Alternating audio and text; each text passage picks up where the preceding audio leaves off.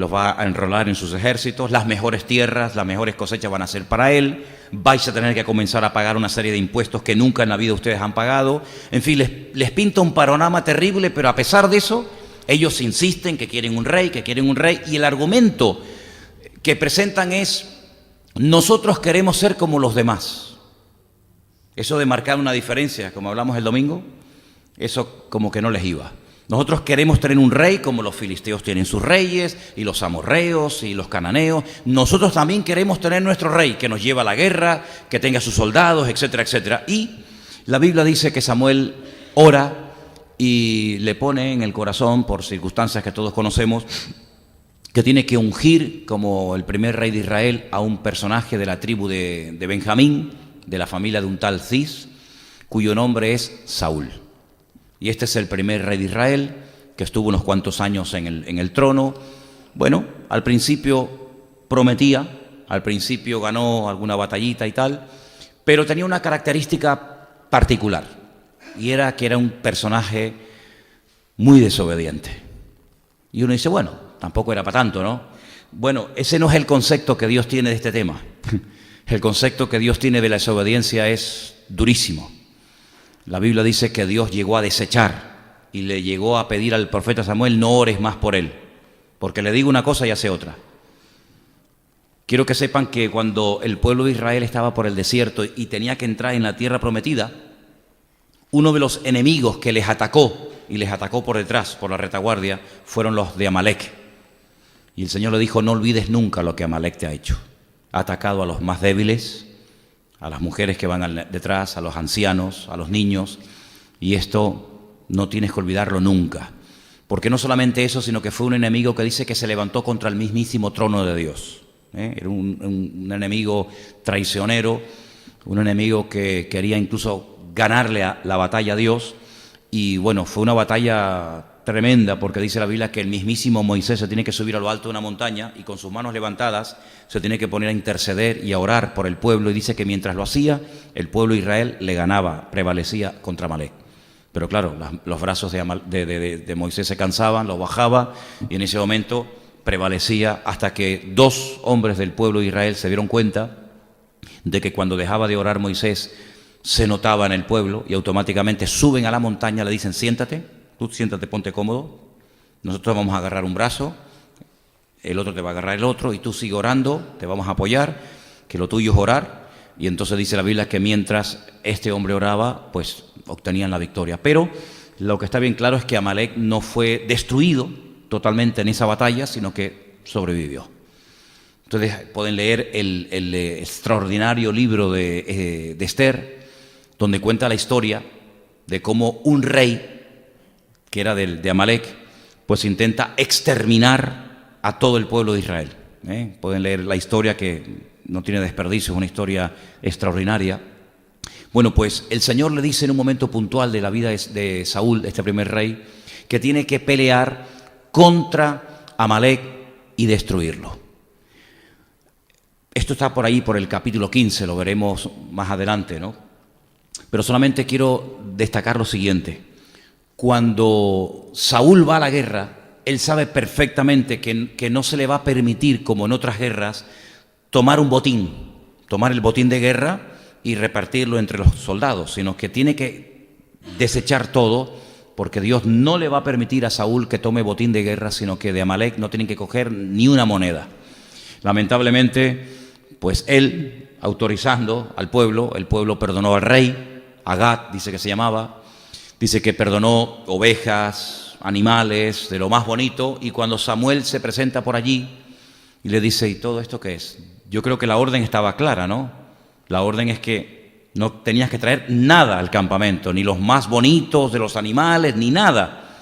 Y la excusa que Saúl presenta, en vez de decir: oye, pues lo siento, me he equivocado, he pecado, he desobedecido al Señor, es: bueno, es que el pueblo, yo no tengo nada que ver, el pueblo lo ha perdonado para presentarlo en sacrificio a tu Dios.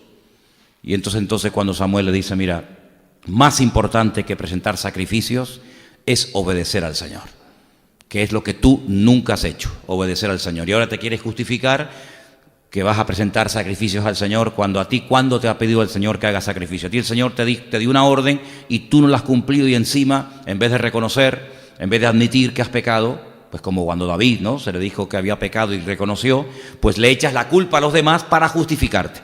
Esto es una actitud muy infantil, ¿verdad? Yo no he sido, yo no sé, yo no soy, pero es una actitud muy peligrosa, porque cuando uno reconoce, se arrepiente, pide perdón, Dios siempre perdona a la persona que pide perdón, ¿sí o no? Siempre. Dios se agrada en perdonar, pero lo que no le hace ninguna gracia al Señor es ver que una persona peca y que se le amonesta y que encima pues sigue incluso echándole, proyectando sobre los demás su debilidad, su pecado o en fin, o su incompetencia, que fue en este caso, ¿no? Pero en el capítulo 1, que vamos a leer en esta noche, porque el libro de Samuel tiene historias extraordinarias. Hay una historia que ya veremos en su momento cuando los filisteos le roban el arca y se la llevan, lo que pasa, cómo la devuelven. Pero el capítulo empieza hablando de cómo nació Samuel. El protagonista, por así decirlo, uno de los protagonistas principales del libro. Y vamos a leer a partir del versículo 1, ¿vale? Estamos en 1 de Samuel, capítulo 1. Y dice así: hubo un hombre de una población llamada Ramataín, de Sofín, del monte de Efraín, que se llamaba Elcana, hijo de Jeroán, hijo de Eliú, hijo de Toú, hijo de Suf, Efrateo. Efrateo era Belén, ¿de acuerdo? Él tenía 2 mujeres. Esto no es que Dios lo aprobaba, pero bueno, ustedes saben que Dios dice una cosa y luego el hombre hace otras, ¿vale? Esto no significa de que esto es correcto. Sí, el relato es este, pero no significa que este señor tenía 2 mujeres. Una se llamaba Ana y la otra se llamaba Penina. Penina tenía hijos, mas Ana no los tenía. Ahora, es interesante notar porque a veces en la Biblia encontramos a hombres que tenían 2 mujeres, y esto tiene una razón de ser, ¿verdad? Generalmente con una tenían sus relaciones sexuales y otra era simplemente para tener hijos y hijos y hijos y hijos y hijos, y a una la conservaban de tal manera que no le permitían tener hijos. Pero bueno, no vamos a entrar en esos detalles porque no es una cosa tan importante. La cuestión está en que esta familia, este señor con estas 2 mujeres, todos los años subían de su ciudad para adorar y para ofrecer sacrificios al Señor de los ejércitos en Silo, donde estaban los 2 hijos de Elí, aquellos personajes terribles, Ofni y Fines, que eran sacerdotes del Señor. Dice ahí subían. Muy bonito, muy bonito en Israel, que es en lo alto de una montaña donde hay una vista panorámica espectacular, y allí arriba estaba el tabernáculo que habían traído del desierto, y allí arriba fue durante mucho tiempo donde la gente subía a presentar los sacrificios, ¿vale? Entonces dice que cuando llegaba el día en el que Elcana los sacrificios, ¿vale? Entonces dice que cuando llegaba el día en el que Elcana ofrecía sacrificio, le daba a Penina, a su mujer, y a todos sus hijos y a todas sus hijas, a cada uno según una parte, ¿no?, que les correspondía. Pero a Ana daba una parte escogida, por no le había concedido tener hijos. Y eso en aquellos tiempos era una auténtica desgracia. Incluso algunas mujeres se recluían porque se avergonzaban de que no podían tener hijos, porque era como que estaban maldecidas. Algo habían hecho, algún pecado habían cometido para que el Señor no les permitiera ser madres. De hecho, cuando en el pueblo de Israel, hasta el día de hoy, se casa una pareja, se hace una oración especial para que ella sea madre de muchos hijos, ¿vale? Entonces, el no tener hijos era una desgracia, una especie de maldición que creían que tenían, y por eso lo pasaban muy mal las mujeres estériles en aquel tiempo, y sus maridos tenían que orar. Y hay muchas mujeres estériles en la Biblia. La esposa de Abraham fue estéril, la esposa de su hijo Isaac, la esposa de su nieto Jacob también. Ahora aquí tenemos otro caso, ¿no? Y entonces dice que su rival, Penina, la irritaba, enojándola y entristeciéndole, porque el Señor no le había concedido tener hijos. ¿Cuántos años estuvo esta mujer sufriendo o padeciendo esta situación? No lo sabemos. Lo que está bien claro es que la otra abusaba y se reía y se mofaba y, en fin, abusaba de esto, ¿no? Entonces dice que así hacía cada año cuando subían a la casa de Dios. La irritaba así, por lo cual Ana lloraba y no comía. Esto es una señal inequívoca de que esta mujer estaba deprimida. Hoy en día, si fuera cualquier psicólogo, cualquier profesional, le diría, señora, usted lo que está es pasando una depresión, una profunda y seria depresión. Se le quitó hasta el apetito, que es generalmente lo que la gente bajo una depresión profunda pues hacen, ¿no? No comer y dormir mucho y no querer hablar con nadie, ¿no? Son los síntomas generalmente, ¿no? Entonces dice que ya no comía y su marido le dijo, Ana, ¿por qué lloras? Oye, o no se enteraba o no se quería enterar. ¿Cómo? Pero vamos a ver, tú no sabes el panorama, el ambiente que hay en la familia. ¿Cómo que por qué llora? Lo raro sería que no llorara. Lo raro sería que no llorara. Dice, ¿y por qué no comes? Hijo, es que tú no te enteras de nada. Bueno, los hombres ya saben, ¿no? ¿Qué te pasa? ¿Qué te pasa? Una bronca que me acabas de echar hace 10 minutos, ¿quieres que coma y estoy saltando, bailando una folía? Este no se enteraba, el hombre de la película. ¿Por qué lloras? ¿Por qué no comes? ¿Y por qué está afligido tu corazón? Y ahora viene, vamos, el típico comentario, ¿no te soy yo mejor que 10 hijos? Tendría que decirlo ella en todo caso, ¿no? Tendría que decirlo ella, no tú. Y se levantó Ana después que hubo comido y bebido en Silo, mientras el sacerdote Elí estaba sentado en una silla junto a un pilar del templo del Señor, y ella con amargura, esa palabra, ¿no? Amargura. Dice que oró, con amargura de alma, oró al Señor y lloró abundantemente. Bueno, hizo una cosa buena. Hay personas que en esta situación optan por quitarse la vida, optan por un abandono total de la familia y de su persona. Esta mujer hizo algo muy bueno, muy sabia, y es que su dolor, esa amargura que tenía en su corazón, se desahogó con quien se tiene que desahogar los seres humanos hoy en día, que es ante la presencia del Señor. No se encerró en sí misma, no quiero comer, no quiero vivir, no quiero hablar con nadie, sino que ella dice que derramó su alma delante del Señor. Hizo una cosa que en aquellos tiempos se hacía mucho, hizo un voto, una promesa, diríamos hoy en día, ¿no? Y dijo, Señor de los ejércitos, si te dignares mirar la aflicción de tu sierva, y te acordares de mí, y no te olvidares de tu sierva, sino que dieres a tu sierva un hijo varón, yo le dedicaré al Señor todos los días de su vida, no una temporadita, y no pasará navaja sobre su cabeza. Antes de leer el siguiente versículo, permítame decirles que en el Antiguo Testamento, en la ley, encontramos que había un voto que era el de nazareo, no el de nazareno. Nazareno es otra cosa. Había un voto que se hacía que consistía en no probar ningún tipo de bebidas alcohólicas y en dejarse crecer el cabello. Cuando una persona no bebía, no tocaba ningún tipo de bebida que contuviera alcohol y lo veías con una barba y con un pelo excesivamente largo, no es que fuera un hippie de la época, sino que era una persona que con esa apariencia física te estaba diciendo que era un hombre dedicado única y exclusivamente a servir al Señor. ¿Vale? La mayoría, de hecho, ni se casaban, como por ejemplo el caso de Juan el Bautista, ¿verdad? Y otros personajes más. Ustedes pueden ver también cómo Sansón, uno de los jueces más conocidos de la Biblia, pues tenía este voto, no podía probar bebidas alcohólicas, no se cortaba el cabello, como señal de su relación con el Señor.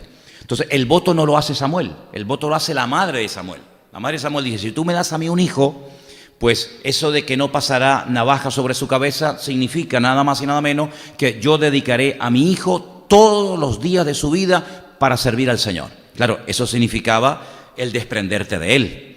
Eso significaba el que ese niño tenía que ser criado en un ambiente diferente, porque ese niño no iba a ser ni carpintero, ni ganadero, ni otra cosa en la vida, más que un siervo del Señor. Por lo tanto, está haciendo una promesa tremenda. Pero vamos a ver cómo ella la cumplió. Dice que mientras ella oraba largamente delante del Señor, Elí, que era el sacerdote, estaba observando la boca de ella. Pero Ana hablaba en su corazón, si no estaba haciendo ningún tipo de gritería ni de espaviento, sino que era una oración en baja voz, y movía solamente sus labios y su voz no se oía. Y Elí la tuvo por ebria. Es decir, si el marido de ella, Elcana, el pobrecito, no daba en el clavo, este pobre menos todavía, ¿no? Dice, no, es que está borracha. Y tú eres el sacerdote, pues menudo discernimiento tienes tú, ¿no? Entonces Elí le dijo, ¿hasta cuándo estarás ebria? Digiere tu vino. Y Ana le respondió diciendo, no, Señor mío, no, Señor mío. Yo soy una mujer atribulada de espíritu. Es decir, las frases que aparecen de Ana antes de la oración son tremendas: amargada de alma, atribulada de espíritu. Sí, lo estaba pasando la pobrecita francamente mal. Pero Dios se especializa en sanar corazones heridos. La Biblia dice que cuando el Señor leyó la Escritura en la sinagoga de Nazaret, la Biblia dice que Él vino a vendar a los quebrantados de corazón. Qué bonito, ¿no? Saber que tenemos el mejor médico del alma, que es nuestro Señor Jesucristo. No he bebido vino ni sidra, sino que he derramado mi alma delante del Señor. Qué bonito. No tengas a tu sierva por una mujer impía, porque por la magnitud de mis congojas, otro dato más, y de mi aflicción he hablado hasta ahora. Elí le respondió y le dijo: ve en paz, y el Dios de Israel te otorgue la petición que le has hecho. Bueno, gloria a Dios. Y ella dijo: halle tu sierva gracia delante de tus ojos. Y se fue la mujer por su camino y comió. Ese dato es muy bueno. Y comió y no estuvo más triste. Es decir, hay un cambio. Si nosotros oramos al Señor y venimos con nuestra alma destrozada por problemas familiares, económicos, matrimoniales, físicos o de la índole que sea, y oramos al Señor y derramamos nuestra alma delante del Señor y oramos como dice su palabra, cuando decimos ese amén, no podemos volver otra vez a coger el peso, no podemos volver otra vez a coger la angustia y seguir con lo mismo, R que R, sino que esta mujer, oye, vamos, antes que no hacía, no comía, pues ahora voy a comer. Antes que estaba hecha polvo, ahora voy a estar tranquila y en paz. En otras palabras, esta mujer recobra el equilibrio, ¿sabes? Recobra la serenidad en su alma, en su espíritu. ¿Por qué? Porque acaba de hablar con Dios. Acaba de derramar su alma ante la presencia del Señor. Y cuando tú y yo oramos, pues oye, lo que no podemos es levantarnos exactamente igual. Entonces, ¿para qué oraste? Pues sigue orando. Si te vas a levantar de la oración y vas a seguir en esa actitud, lo mejor es que no hubieras dejado de orar, sino que siguieras orando. Y eso es lo que ella hace. Ella come, ella no está más triste, sino que hay un cambio por fuera y por dentro. Eso es muy significativo, ¿no? Y entonces, levantándose de mañana, adoraron delante del Señor y volvieron y se fueron a su casa en Ramá. Y Elcana se llegó a Ana, su mujer, y el Señor se acordó de ella. Si hay una parte humana, hay una parte divina. Si ella no dice, bueno, pues ahora que el Espíritu Santo me deje embarazada. No, si tú estás casada, dice la mujer, dice la Biblia, la mujer cumpla con su marido el deber conyugal. Y el marido cumpla con su mujer el deber conyugal. No, es que yo estoy orando. Sí, ya, pero hija, estás orando. Llevas 15 días orando y tienes a tu marido a pan y agua, ¿no? Entonces, si vas a vivir como una monja de clausura, te hubieras metido en un convento, no te hubieras casado, porque la Biblia es muy clara en esto, es muy clara en esto. El que quiere vivir solo para el Señor no tiene que preocuparse de nada del mundo, ni de marido, ni de hijo, ni de nada. Pero la mujer casada, el hombre casado, pues tiene que tener cuidado de las cosas del Señor, pero cuidado también de su marido, y también de su esposa, y también de sus hijos. Dice, y si en algún momento, por mutuo, cuidado, esa palabra es muy buena, por mutuo consentimiento en el matrimonio, se decide orar juntos un tiempo, dice, para, en fin, porque hay un problema, hay una situación con un hijo, un problema familiar o lo que sea, dice, pero que después se vuelvan a unir, para que Satanás no os tiente a causa de vuestra incontinencia. Si, vamos, más claro agua, el que no entienda esto es que es tonto, vamos. Entonces, ella ha orado al Señor, ella ha clamado al Señor, pero ahora tú tienes que acostarte con tu marido, y tu marido tiene que acostarse contigo, y tú haces tu parte, ¿vale? Y el Señor hace la suya. Esto siempre funciona así. Siempre funciona así. Ella dice, bueno, Elcana, estate quietito, que yo he orado al Señor, que de un momento a otro te digo, mira, que ya hace unos meses que no me viene lo que me tiene que venir y creo que estoy embarazada. Es que esto no funciona así. Esto no funciona así. Si lo natural, Dios lo ha creado. Y Dios se mueve en lo natural. Si no estés espiritualizándolo todo, porque entonces lo que vas a hacer es echarte piedras contra tu propio tejado. ¿Vale? Entonces, aconteció que al cumplirse el tiempo, claro, es que los tiempos se tienen que cumplir, ¿vale? Esto no es apretar un botón, hay que tener paciencia. Después de haber concebido Ana, dio a luz un hijo y le puso por nombre Samuel, Shemuel, el que Dios oye, o el oído por Dios, ¿no? Y le puso por nombre Samuel diciendo, por cuanto lo pedí al Señor. Después subió el varón Elcana con toda su familia para ofrecer ya era el año que viene, ¿no? El año siguiente, sacrificio acostumbrado y su voto. Pero Ana no subió, escuchen, sino que dijo a su marido, yo no subiré hasta que el niño sea destetado. Ahora, los niños en aquella época estaban mucho tiempo, no es como hoy en día, que bueno, dale 15 días, un mesito, un par de meses. No, los niños estaban a veces años, años, chupando la teta, hablando claro. Entonces dice, yo no subiré hasta que el niño sea destetado, para que lo lleve y sea presentado delante del Señor y se quede allá para siempre. Esto es tremendo, desprenderse de una madre, por mucho tiempo que el niño estuviera, chupando la teta de su madre, pues hombre, por mucho tiempo que estuviera, pues ¿cuánto tiempo pudo estar? ¿Cuánto tiempo pudo estar? ¿5, 6, 7 años? Bueno, pues tarde o temprano, bueno, hay algunos que siguen igual hasta los 37, 40 años, ¿Vale? Tienes que decirle, para allá, tienes a tu madre seca ya, ¿no? Vete a chupar a otro lado. Elcana, su marido, le dice, haz lo que bien te parezca. Yo veo un cambio en la actitud de Elcana también, Al principio no entendía nada, porque llora, ¿qué te pasa? Estás rara, no come. Ahora yo veo un cambio en él también, Es muy bonito cómo el Señor tiene que obrar en él y en ella. Oye, no solamente en uno. Dice, quédate hasta que lo destete, solamente que cumpla el Señor su palabra. Y se quedó la mujer y crió a su hijo hasta que lo destetó. Después que lo hubo destetado, lo llevó consigo. Escucha, no lo llevó con las manos vacías, sino que dice, con 3 becerros. Con 3 becerros. Vete a comprar un becerro hoy en día. Vete a comprar un becerro. ¿Cuánto te cuesta a ti un becerro? Yo no estoy muy puesto en esto, pero un becerro vale un dinero, Ahora tú retrocedes miles de años atrás, una familia normal y corriente, que no era una familia pudiente ni multimillonaria, que compran 3 bueyes, 3 cabezas de ganado. Y entonces no solamente eso, sino que dice, lleva un efa de harina, una cantidad de harina, una vasija de vino, y lo trae a la casa del Señor en Silo, y el niño era pequeño. Evidentemente eso es una ofrenda que lleva al templo, al tabernáculo. Dice, y matando el becerro, pero si te das cuenta en el versículo 24 dice, habla de 3. Es que no mataron a los 3. Uno era para el sacrificio y los otros 2 eran para el sacerdote. Eso es lo que nos está dando a entender la Escritura. Era la ofrenda que se le daba al sacerdote, ¿verdad? En aquella época. Entonces, y matando el becerro, trajeron el niño a Elí. Y ella dijo, oh Señor mío, vive tu alma, Señor mío. Yo soy aquella mujer que estuvo aquí junto a ti orando al Señor. Por este niño oraba.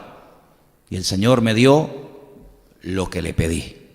Es que a veces no recibimos porque no pedimos, dice la Biblia. También hay otro versículo que dice, pedid y recibiréis. Y también hay otro que dice, pedís, pero no recibís porque pedís mal. Entonces uno tiene que ubicarse y saber, ¿verdad? Por este niño oraba y el Señor me dio lo que le pedí. Yo pues lo dedico también al Señor. Todos los días que viva será del Señor. Y adoró allí a Dios. Es decir, esta mujer vemos que pasa por un largo proceso. Claro, lo que uno lee, lo que yo he leído ahora en unos minutos, esto lleva un tiempo. Este capítulo es un capítulo que ocurrió durante años. Eso es lo grandioso de la Biblia, que podemos leer en pocos minutos lo que ocurrió en años, ¿no? Una mujer desesperada en su matrimonio por una situación terrible que ella sabe perfectamente que ella no puede hacer absolutamente nada. Entonces yo solamente digo una cosa, lo que tú puedas hacer, no te preocupes, ocúpate en lo que puedes hacer. Y en lo que no puedes hacer, ponlo en las manos del Señor. Fíjate qué fácil. ¿Puedes hacer esto? Sí, pues hazlo, ya está. ¿No puedes hacer tal cosa? No, pues no te preocupes. Déjalo en las manos del Señor. El ser humano es tan cabezón que lo hace al revés. Se quiere ocupar de lo que no puede hacer, se preocupa, porque como no puede hacerlo, por más que lo intente, siempre fracasa, y lo que en el fondo debería hacer no lo hace. No. Tienes que cambiar el chip. ¿Qué es lo que tú puedes hacer? En el caso de ella, pues lo primero, orar. Venga, empieza orando. Empieza a orar, derrama tu alma delante del Señor, no vayas por las casas quejándote a la vecina, mira que mi marido no sé qué, mira cómo se meten conmigo, mira Perina. No. Lamentos, y levantando por ahí pena, eso nos arreglan los problemas. Tú enciérrate en la presencia del Señor, dice la Escritura, tu Padre que te ve en lo secreto, te recompensará en público. Entonces lo primero que ella hace es decir, bueno, vamos a ver, este problema no se soluciona ni con dinero, ni yendo al médico, ni levantando pena y lástima y compasión. Este problema que yo tengo es un problema que se me escapa de las manos. Ni siquiera poniéndome de acuerdo con mi marido lo podemos solucionar. ¿Quién me puede a mí sacar de este atolladero? ¿Quién me puede a mí ayudar a esta situación que yo tengo? Este problema físico. Muy bien, ¿el Señor? Pues el Señor. Buscad primeramente el reino de Dios y todo lo demás vendrá por añadidura. Ella derrama su alma delante del Señor.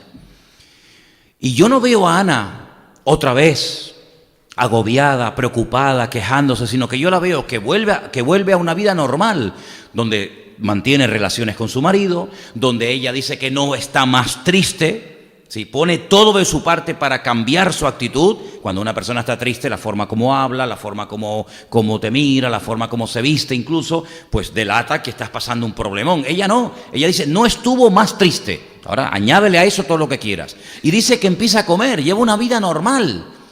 Todavía no has sentido los síntomas de un embarazo, acaba de orar.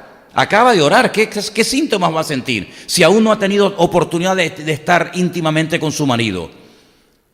Pero ella cambia su actitud. Y después cuando llega a la casa, pues hace lo que tiene que hacer una mujer casada, cumplir con su marido, y ella espera en el Señor. Pero no empieza a estar gozosa, y no empieza a comer, y no empieza a actuar de una forma diferente cuando ya sabe que está embarazada. No, eso no dice la Biblia. La Biblia dice que ella se levantó, porque se ve que estaba postrada, evidentemente, se ve que estaba orando, de rodillas o tirada en el suelo, vete tú a saber. Dice, ella se levantó y comió y no estuvo más triste. Y después habla de que su marido, Elcana, se llegó a ella y tal y cual, pero ella toma medidas antes de. No sintió nada, no vio nada, no se le apareció un ángel, no tuvo una visión, un sueño, sino que ella creía que si ella oraba y clamaba a su Dios la iba a ayudar y le iba a responder. Fíjate que Dios no le habla, Dios no le dice, bueno, no te preocupes que vas a ser madre. Dios no le dice nada, es más, el único que le dirige la palabra, la dirige mal. Para tirarle un jarro de agua fría, ¿no? Estás borracha, ¿verdad? Ya está bien, ¿no? Venga, consume ya tu vino, deja de estar ebria. Y le dice, no, es que me estás malinterpretando. Pero es que a nosotros no nos debe de importar cuando hacemos las cosas bien, cuidado, ¿eh? Dice, cuando hablen contra vosotros, que digan mentiras, que no digan teniendo la razón. Si te llaman ladrón, oye, que no tengan razón llamándote ladrón. Si te llaman cualquier cosa, pues que mientan, ¿eh? Bienaventurados somos, dice la Biblia. Pero cuidado si cuando nos dicen algo tienen razón en lo que están diciendo. Eso es el testimonio, ¿no? Entonces, esta mujer vemos que derrama su alma delante del Señor. Ella cambia previamente a estar con su marido, porque a veces nosotros caemos en un grave error. Es que yo no voy a cambiar porque yo veo que tú sigues igual. ¿Cómo has dicho? A ver, repítelo otra vez. Es que a mí me da igual si tú cambias o no. El primero que tiene que cambiar soy yo. Es que claro, es que tú no cambias, es que tú siempre estás igual. Es que a ti no te debe de importar si cambia o va a peor la persona. Ana sabía perfectamente de que esa no es una actitud de una creyente, acongojada de espíritu, amargada, llena de aflicciones, pero ¿qué tipo de vida llevas? Es que olvídate ya de que eres una mujer casada, olvídate ya de tus vecinas, de tus familiares, es que la vida que llevas no es vida, ni es nada, eso es una tortura, eso es un infierno. Por lo tanto, la primera que tiene que cambiar eres tú, Ana. ¿Has orado? Ahora cambias. Claro, cuando llegues a la casa, la otra, Penina, ella no va a cambiar. Penina no cambió nunca. La Biblia no dice que Penina se dejó de meter con ella. Penina seguirá siendo Penina toda la vida. Siempre habrá una Penina en tu vida. Siempre habrá una persona que te diga, tú eres cristiano y tú no sé qué. Y tú no... Pero a ti no te preocupe lo que digan la madre de él, la madre de ella, la madre del primo. A ti no te importa. La que tiene que cambiar de actitud eres tú, porque tú eres la que has derramado tu alma delante del Señor. Tú has demostrado una actitud de espiritualidad, de fe, de confianza en el Señor. Por lo tanto, ahora hay que pasar a la acción, hija. No, yo no quiero comer. ¿Cómo que no quieres comer? Es que no comías porque estabas triste. Pero si ahora no comes después de haber orado, entonces no sé a quién has orado. No sé a quién has orado. Entonces veo en Ana una persona coherente con su fe. Es que hay tanta incoherencia en algunos cristianos. Oran y luego se siguen quejando. Oran al Señor, vienen al culto, escuchan la palabra, vienen a las reuniones de oración, pero luego siguen, es que no tengo trabajo, es que no tengo tal. Pero vamos a ver, pero tú no te das cuenta que la oración tiene que ir acompañada de una serie de ingredientes que van a fortalecer esa oración. Tú no te das cuenta que la oración que tú haces y la pones delante del Señor, tú te puedes cargar, la puedes llenar, la puedes contaminar tu fe con tu actitud. Porque si sigues igual, entonces yo creo que tú no has entendido lo que acabas de hacer. Tú has orado al Dios vivo, al Dios que tiene ojos y ve, al Dios que tiene boca y habla, al Dios que tiene oídos y oye. Si tú crees que yo he orado a un Dios que me oye y que responde, porque la Biblia dice, clama a mí. Claro, pero podía haber dicho, clama a mí, punto. Bueno, pues clamo, pero no te prometo nada. No, pero es que el Dios que me dice, clama a mí, añade una frase extraordinaria. Y yo te responderé. Jeremías 33:3, para más información. Clama a mí y yo te responderé. Pero no pone punto, sino dice, y te enseñaré cosas grandes y ocultas que tú no conoces. Es que ese versículo es una bomba. ¿Por qué no se lo aprende de memoria? Clama a mí y yo te responderé y te enseñaré cosas grandes y ocultas que tú no conoces. Venga, clama a mí y yo te responderé y te enseñaré cosas grandes y ocultas que tú no conoces. Ustedes solo, clama a mí.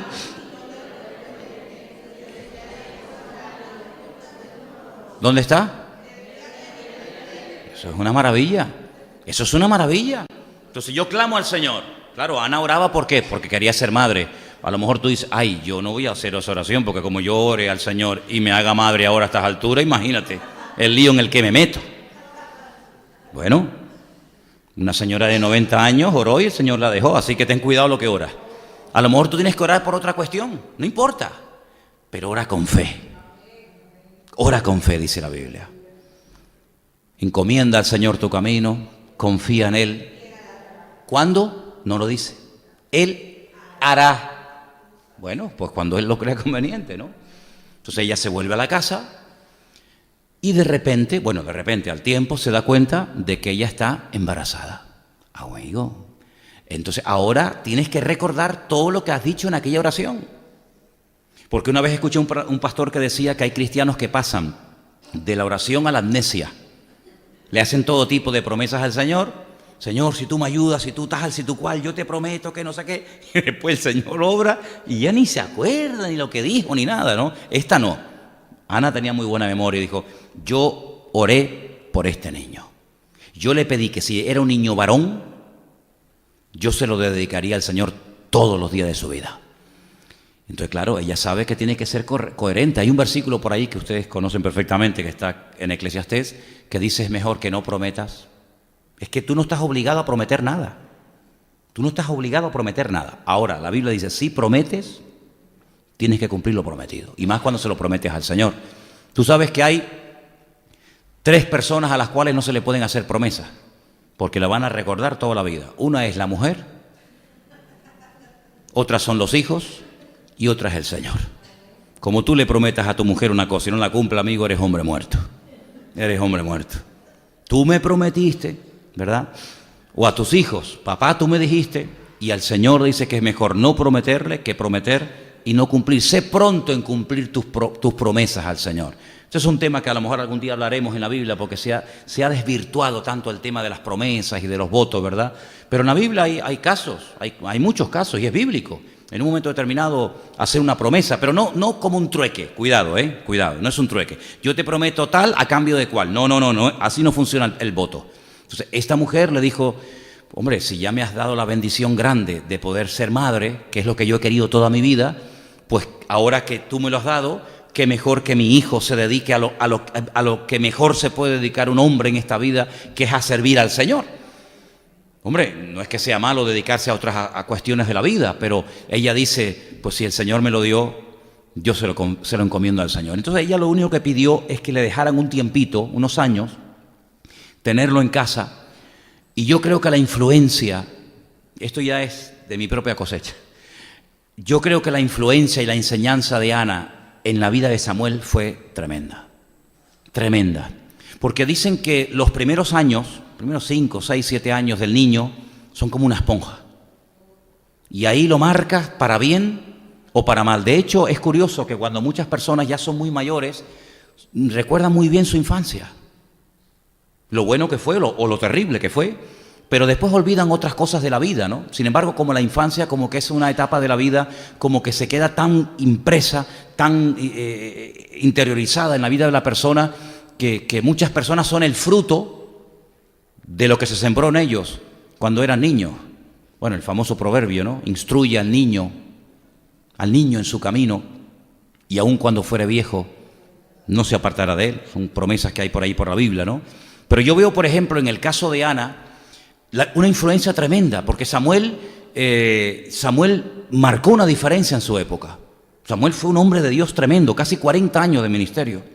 Pero después, viendo este tema, veo que hay otra crianza de otro niño pequeño que lo marcó. Y fíjense, Moisés.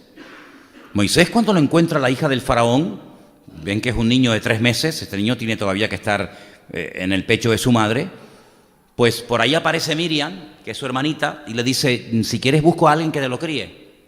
Claro, ¿a quién se lo va a criar? La madre, ¿no? Y entonces le dice, venga, llévatelo, y la costumbre era hasta que fuera destetado. ¿Cuánto tiempo estuvo Moisés en la casa de su madre y en la casa de Miriam? Yo no sé cuánto.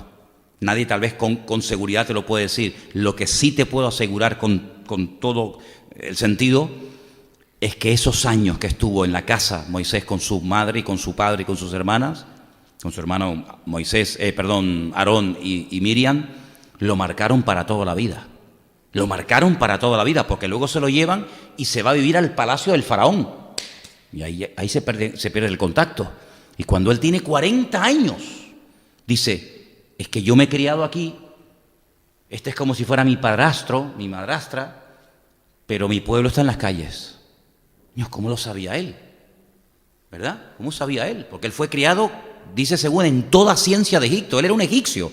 Hablaba como los egipcios, caminaba, se vestía como un egipcio, pero aquella enseñanza lo marcó, que dice que él salió un día por las calles y él no tenía esa arrogancia de los egipcios, de decir, mira los asquerosos esclavos a estos, dándole patadas, sino que él vio que un egipcio golpeaba a un hebreo y a él se le revolvieron las entrañas.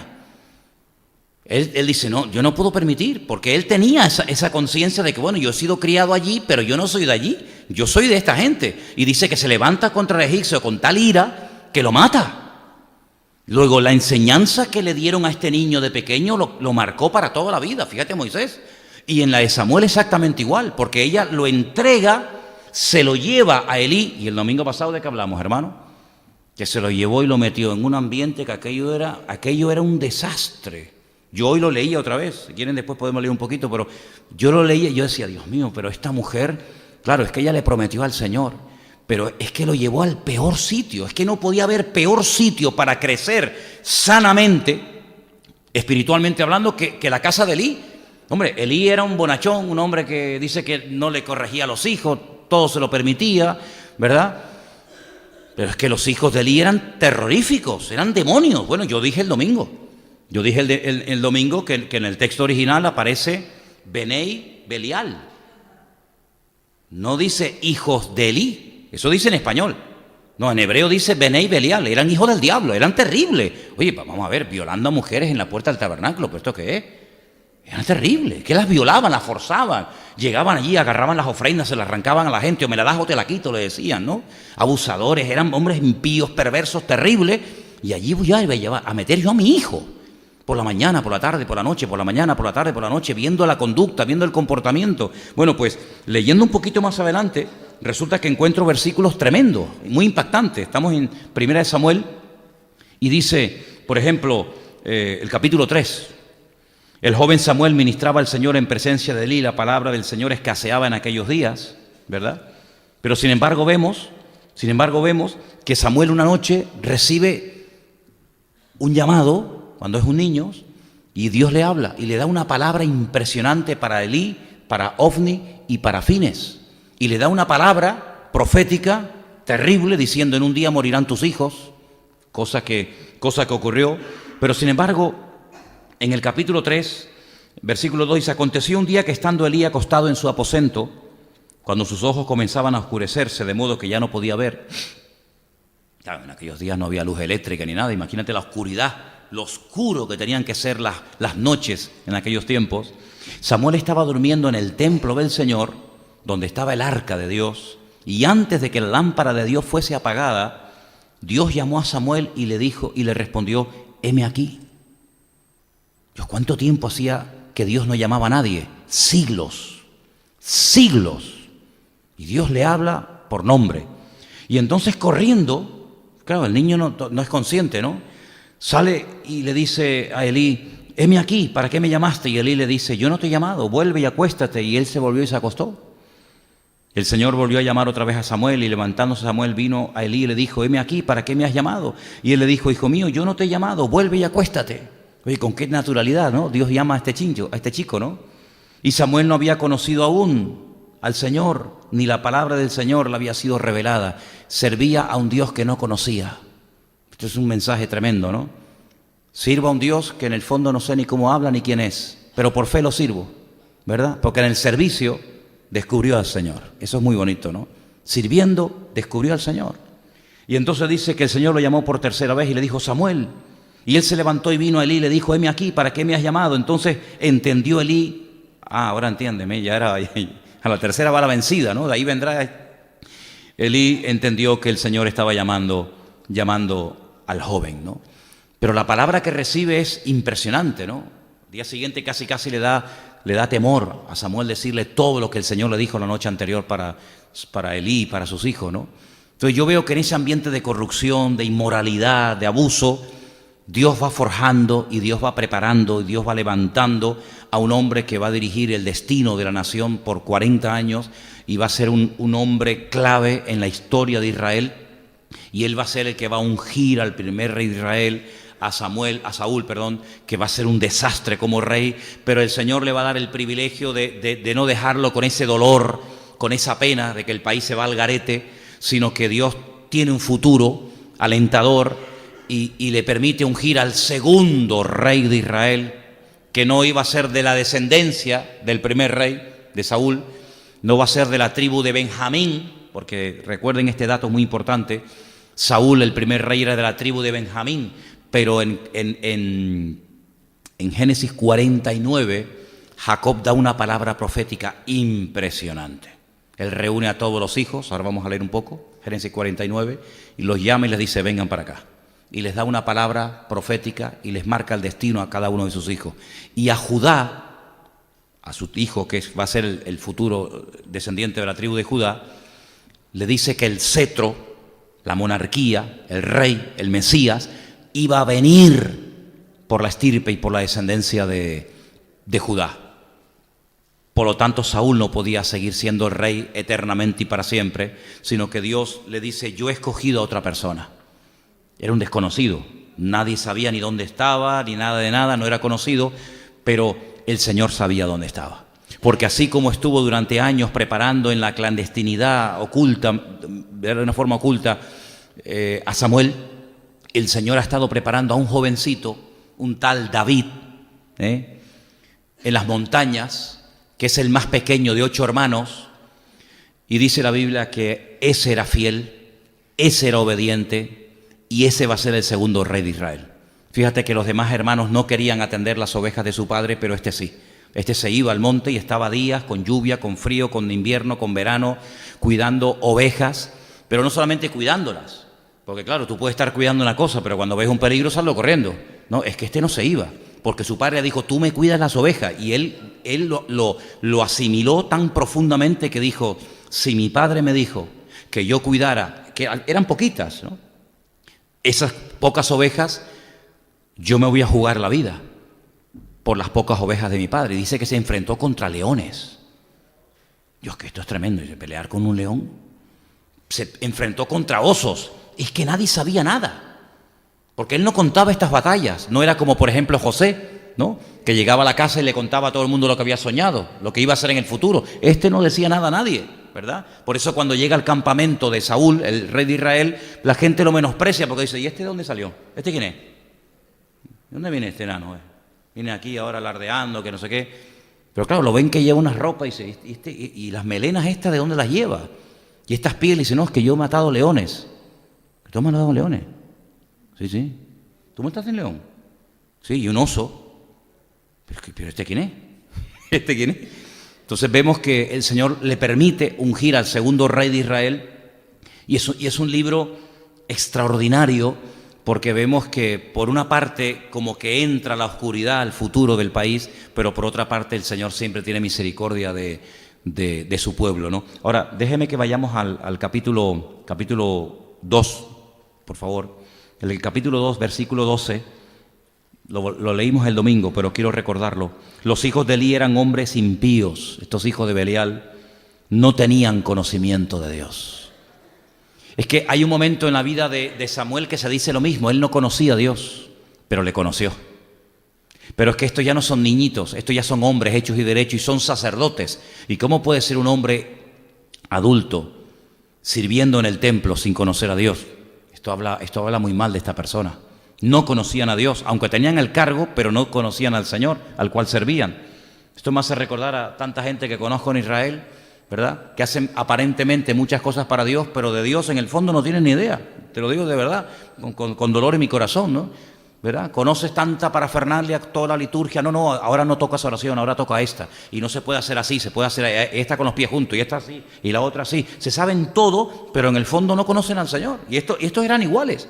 Estos eran levitas. Esta gente se sabía de memoria cómo se tiene que encender la lámpara, y cómo se echa el aceite, y cómo se mata al animal, y cómo se amarra, y cómo no sé qué. Pero no tenían conocimiento del Señor. Tenían conocimiento de la liturgia, de lo religioso, pero no del Señor. Y lamentablemente esto es el espíritu de la religión. Gente que son capaces de hacer un montón de cosas, oraciones, rezos y tal y cual, pero en el fondo la tragedia es que no conocen al Señor.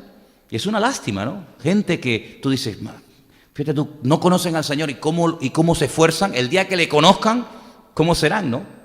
Y entonces dice que era costumbre de los sacerdotes con el pueblo que cuando alguno ofrecía sacrificio, venía el criado del sacerdote mientras se cocía la carne, trayendo en su mano un garfio de 3 dientes. Eso es una locura, ¿no? Metían en el perol, en la olla, el caldero, en la marmita, y todo lo que sacaba el garfio, el sacerdote lo tomaba para sí. De esta manera hacían con todo israelita. ¿Esto qué es? ¿Esto qué es? Pues si es que no tienes que hacer eso, si es que ya el que iba a ofrendar sabía cuál era la parte que se daba previamente al sacerdote, hombre, y cuál era la parte que estaba establecida para el sacrificio. ¿De dónde viene esto de que tenía un gancho? Aquí parece un pirata que viene y mete ahí. ¿Esto qué es? ¿Esto qué es? Bueno, entonces dice, lo metía en el perol, en la olla. Bueno, versículo 15, asimismo, antes de quemar. Esto es un disparate. Antes de quemar el sacrificio, él venía, y le decía, dame la carne para asar para el sacerdote, porque no tomará de ti carne cocida, sino cruda. Y si el hombre le respondía, quemen primero la grosura y después toma lo que quieras, él respondía, no, sino dámela ahora mismo, de otra manera yo la tomaré por la fuerza. ¿Pero esto qué es? ¿Esto qué es? En ese ambiente se crió Samuel. En ese ambiente, y en ese ambiente le habló el Señor a Samuel. Por eso, en cierto sentido, es una excusa al decir, no, es que yo estoy rodeado de inconversos, es que nadie cree en el Señor, es que yo me siento solo. Bueno, pues más solo que Samuel, sin padre, sin madre, sin hermanitos, sin un buen ejemplo, sino todo lo contrario, y mira cómo se mantuvo en el Señor. Entonces tú y yo no tenemos excusa para decir, es que yo estoy solo en la clase, yo estoy solo en la universidad, yo estoy solo en la familia. ¿Y Samuel?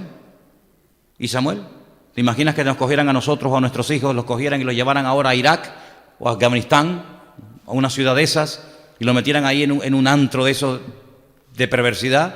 Sin embargo, Samuel se mantuvo, porque estoy plenamente convencido de que el tiempo que Samuel estuvo viviendo con el sacerdote Elí en Silo, estoy plenamente convencido de que Ana no dejó nunca de orar por él. Aunque la Biblia no lo diga, yo creo que Ana oró antes, durante y después, hasta el día de su muerte, por la vida de su hijo. Y eso es el mejor favor que le podemos hacer a una persona que amamos y respetamos, orar por él, orar por ella. No cuando de vez en cuando que nos acordemos, sino orar por él, orar por ella, orar por él. Oye, mira, pasarán tormentas, vendrán huracanes, pasará esto, pasará lo otro, pero esas oraciones Dios las ha tomado en buena nota, y Dios no quiero decir la expresión tarde o temprano, es una forma de hablar, Dios va a responder y Dios va a honrar la fe de esa madre, de esa familia, que va a ver a su hijo otra vez volver a los caminos del Señor. Estoy plenamente convencido, porque lo hemos visto muchas veces y lo estamos viendo también últimamente entre nosotros. Para terminar, quiero leerles parte del capítulo 49 de Génesis, donde les dije que Jacob, la noche o el día que se iba a despedir definitivamente de sus hijos, los reúne y ora por ellos, les da palabra.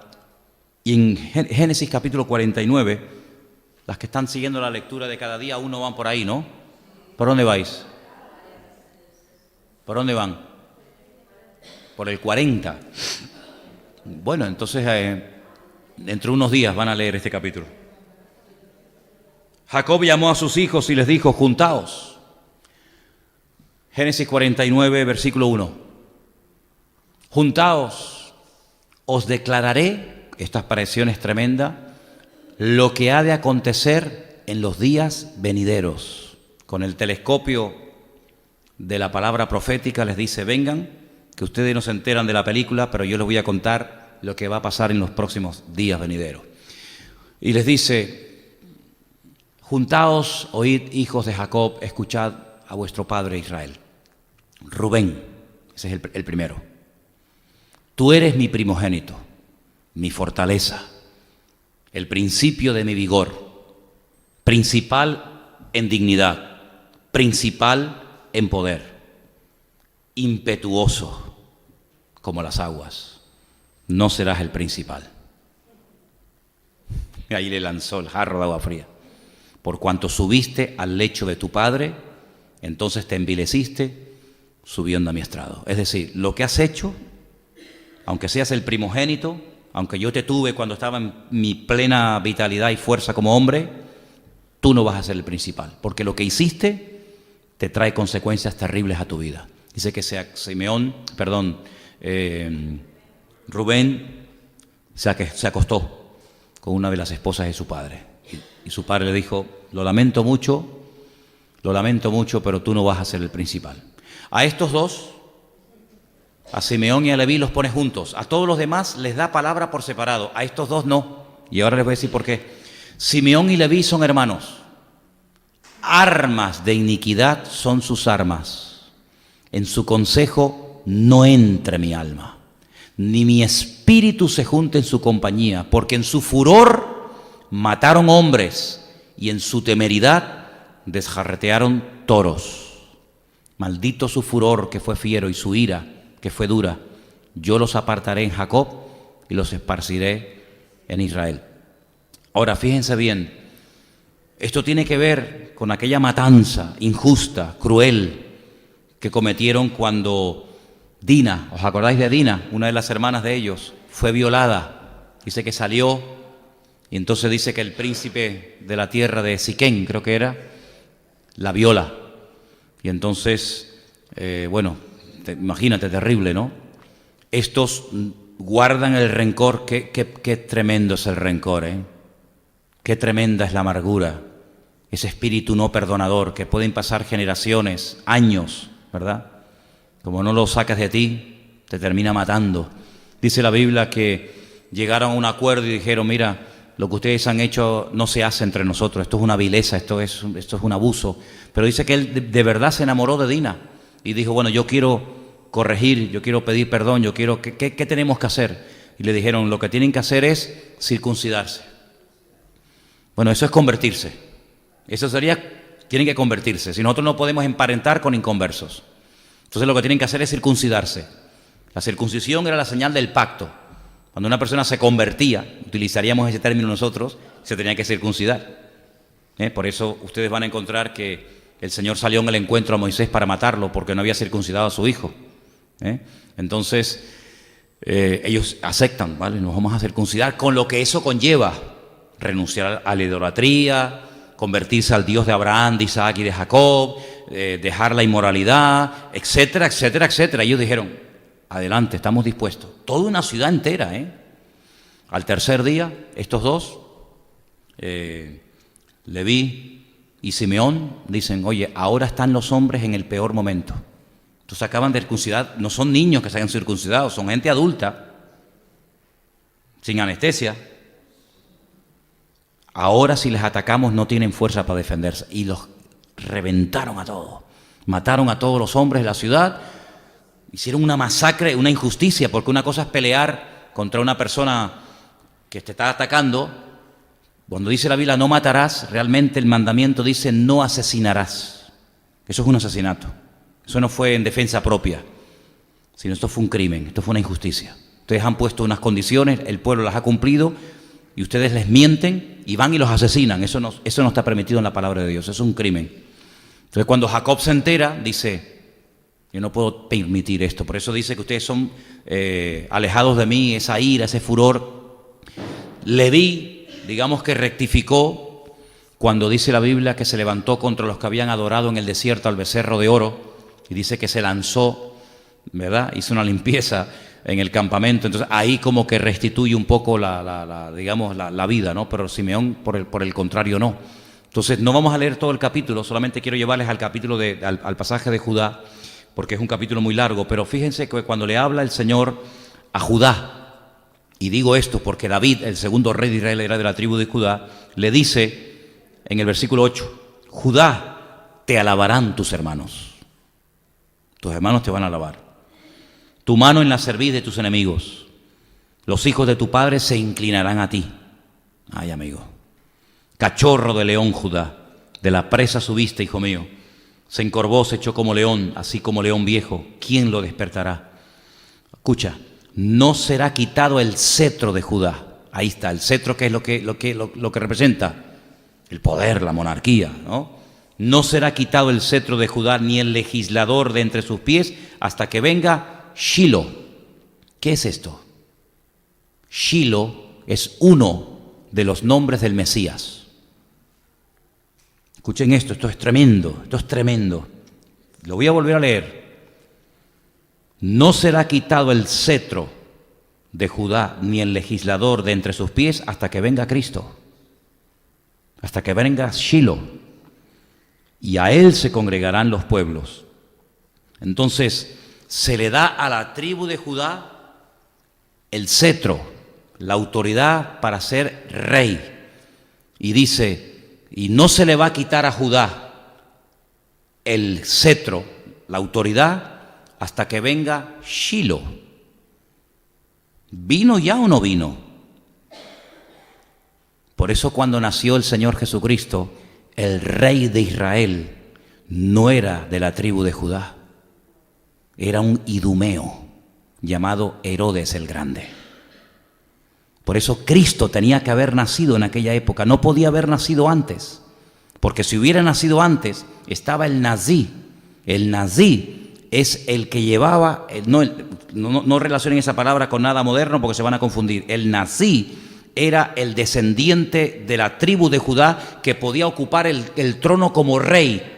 Claro, ¿quién iba a poder ocupar el trono legal como rey? Nadie. Por eso Roma dijo, bueno, tú te ponemos como rey. Entonces dice que el cetro será quitado a Judá, no le sería quitado, y el legislador entre sus pies hasta que viniera Shilo. Cuando vino el Señor Jesucristo, los magos de Oriente vinieron, van al Herodión, van al palacio del rey Herodes, pasan la primera guardia, pasan la segunda guardia, tocan las trompetas, le dicen al rey, hay unos señores allá afuera. Claro, era toda la parafernalia, no es que, hola, ¿qué tal? ¿Cómo estás? Sino, era toda la parafernalia, no entrabas al trono del rey así por la cara, sino que había todo un ceremonial, se anunciaba, vienen personas de Oriente cargadas con oro, incienso, con mirra. Y entonces cuando les dan autorización para llegar al trono donde está el rey Herodes, la pregunta es un poco incoherente, la pregunta es un poco extraña. ¿Ustedes quiénes son? ¿De dónde vienen? Nosotros venimos de lejanas tierras, venimos de Oriente. ¿Y a qué vienen ustedes aquí? Venimos a adorar al rey de los judíos, porque su estrella hemos visto en el Oriente. Si lo tienen delante al rey de los judíos, no. Tú no eres el rey de los judíos. A ti te han puesto. Tú no eres ni judío. Nosotros venimos a adorar al verdadero, al rey de los judíos. Entonces Herodes dice, llama a los que conocen la Escritura y dice, oye, vengan para acá. ¿Hay algún versículo en la Biblia, hay algún versículo en la Tanaj que diga dónde tiene que nacer el Mesías, el rey de Israel? Le dicen, sí, claro que lo hay. En Belén de Judea tiene que nacer el Mesías, porque así lo escribió el profeta Miqueas. Entonces le dice, vayan a adorarle y después vienen y me dicen dónde está, que yo voy después y lo adoro también. Mentiroso. Y cuando se van, dice, tráiganme papel y tinta. Y empieza a escribir y dice, a partir de ahora, los niños menores de 2 años, dice, ¿cuándo salieron ustedes de su tierra? No, en tal fecha. Salieron en esa fecha, más o menos como 2 años. Ok. A partir de ahora, todos los niños que vean por ahí, menores de 2 años, les cortan el cuello y me los decapitan. Entonces te das cuenta cómo nació en el momento exacto el Señor Jesucristo, y entonces Judá perdió el cetro hasta que viniera Shiloh. Y por eso el segundo rey de Israel y todos los demás, el primero no, el primero fue una cosa que el pueblo se empeñó, pero a partir del segundo todos los reyes de Israel eran de la tribu de Judá. Incluso el Señor Jesucristo es de la tribu de Judá por parte paterna, Mateo 1, y por parte materna, Lucas capítulo 3, demostrando que nadie podía ser rey de Israel si no era de la tribu de Judá. Como se sabe también que nadie que no sea de la tribu de Leví puede ser sacerdote. Y ahí viene la pregunta, ¿y cómo es posible que la Biblia lo llame a él sacerdote si él no es de la tribu de Leví? Y ahí los judíos te pinchan con sus preguntas saduceas, tratando de confundirte. Dice, bueno, vale, de la tribu de Judá puede ser rey, puede ser Mesías, pero dice que él es sacerdote para siempre. Pero él no puede ser sacerdote para siempre, porque él no es de la tribu de Leví. Pero es que eso tiene también una explicación que Dios mediante se la daré en el próximo día. Amén, hermano. Oramos al Señor. Oramos un momentito al Señor. Qué bonita es la Biblia, ¿eh? Es una pasada, ¿eh? Como la Biblia es una pasada. Ustedes disfrutan oyendo, yo disfruto enseñando. y yo aprendo enseñando. Gracias te damos, Señor, en esta noche por tu preciosa palabra. Gracias, Señor, abre nuestros ojos para que podamos ver las maravillas de este libro que hemos comenzado a leer y que queremos descubrir las maravillas que están ocultas en él, Señor. Enriquece nuestra alma y nuestra vida a través de la lectura de tu palabra cada día, y te pido, Señor, en el nombre bendito y soberano de Jesús, que tú sigas bendiciendo y pastoreando nuestras vidas como hasta el día de hoy, Señor. Te damos muchas gracias por todo en el nombre de tu amado Hijo Jesús. Amén y amén. Gloria a Dios. Nos ponemos de pie, hermanos queridos. Voy a pedirle a...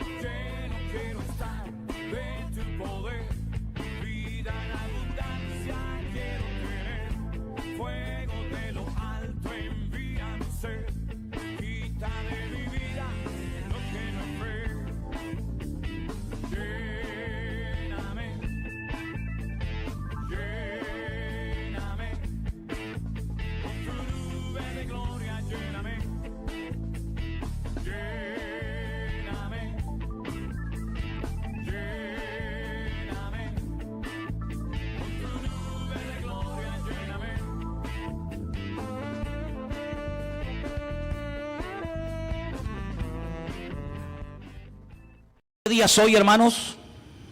¿Qué día soy? Ya, 13, ¿no? Muy bien, estáis puestos, ¿eh? No la habéis tenido que pensar mucho. Bíblicamente me refiero, bíblicamente. A ver, déjeme que se lo responda yo. Hoy es un día muy especial, según la Biblia.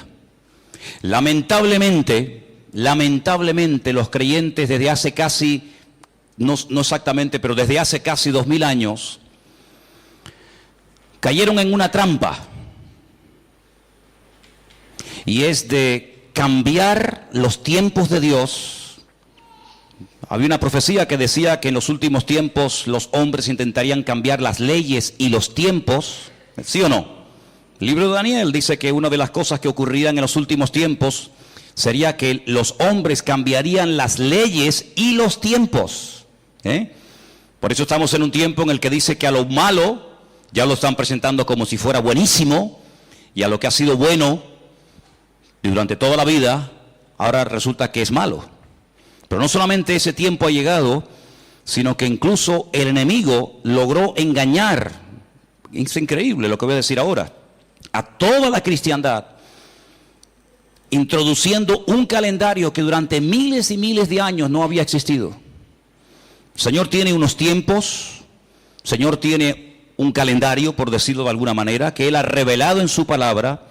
Pero el hombre, no contento con esto, en un acto total de rebeldía, de desobediencia, de soberbia ante el Creador, le dijo al hombre: a partir de ahora no se guíen los cristianos por ese calendario, sino vamos a inventar un nuevo calendario.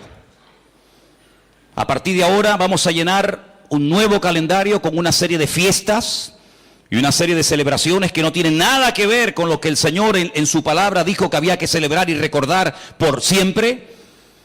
Y a partir de un tiempo, después del nacimiento de lo que llamamos la iglesia, el hombre comenzó a utilizar un calendario basado en el sol, en vez de un calendario basado en la luna, como dice la Biblia que fue el calendario que Dios le dio a su pueblo. Un calendario que incluso hay una tremenda diferencia entre uno y otro de casi 5 días. Tenemos un calendario que le llamamos el calendario gregoriano, que empezamos a contar después de Cristo, ¿verdad? En adelante.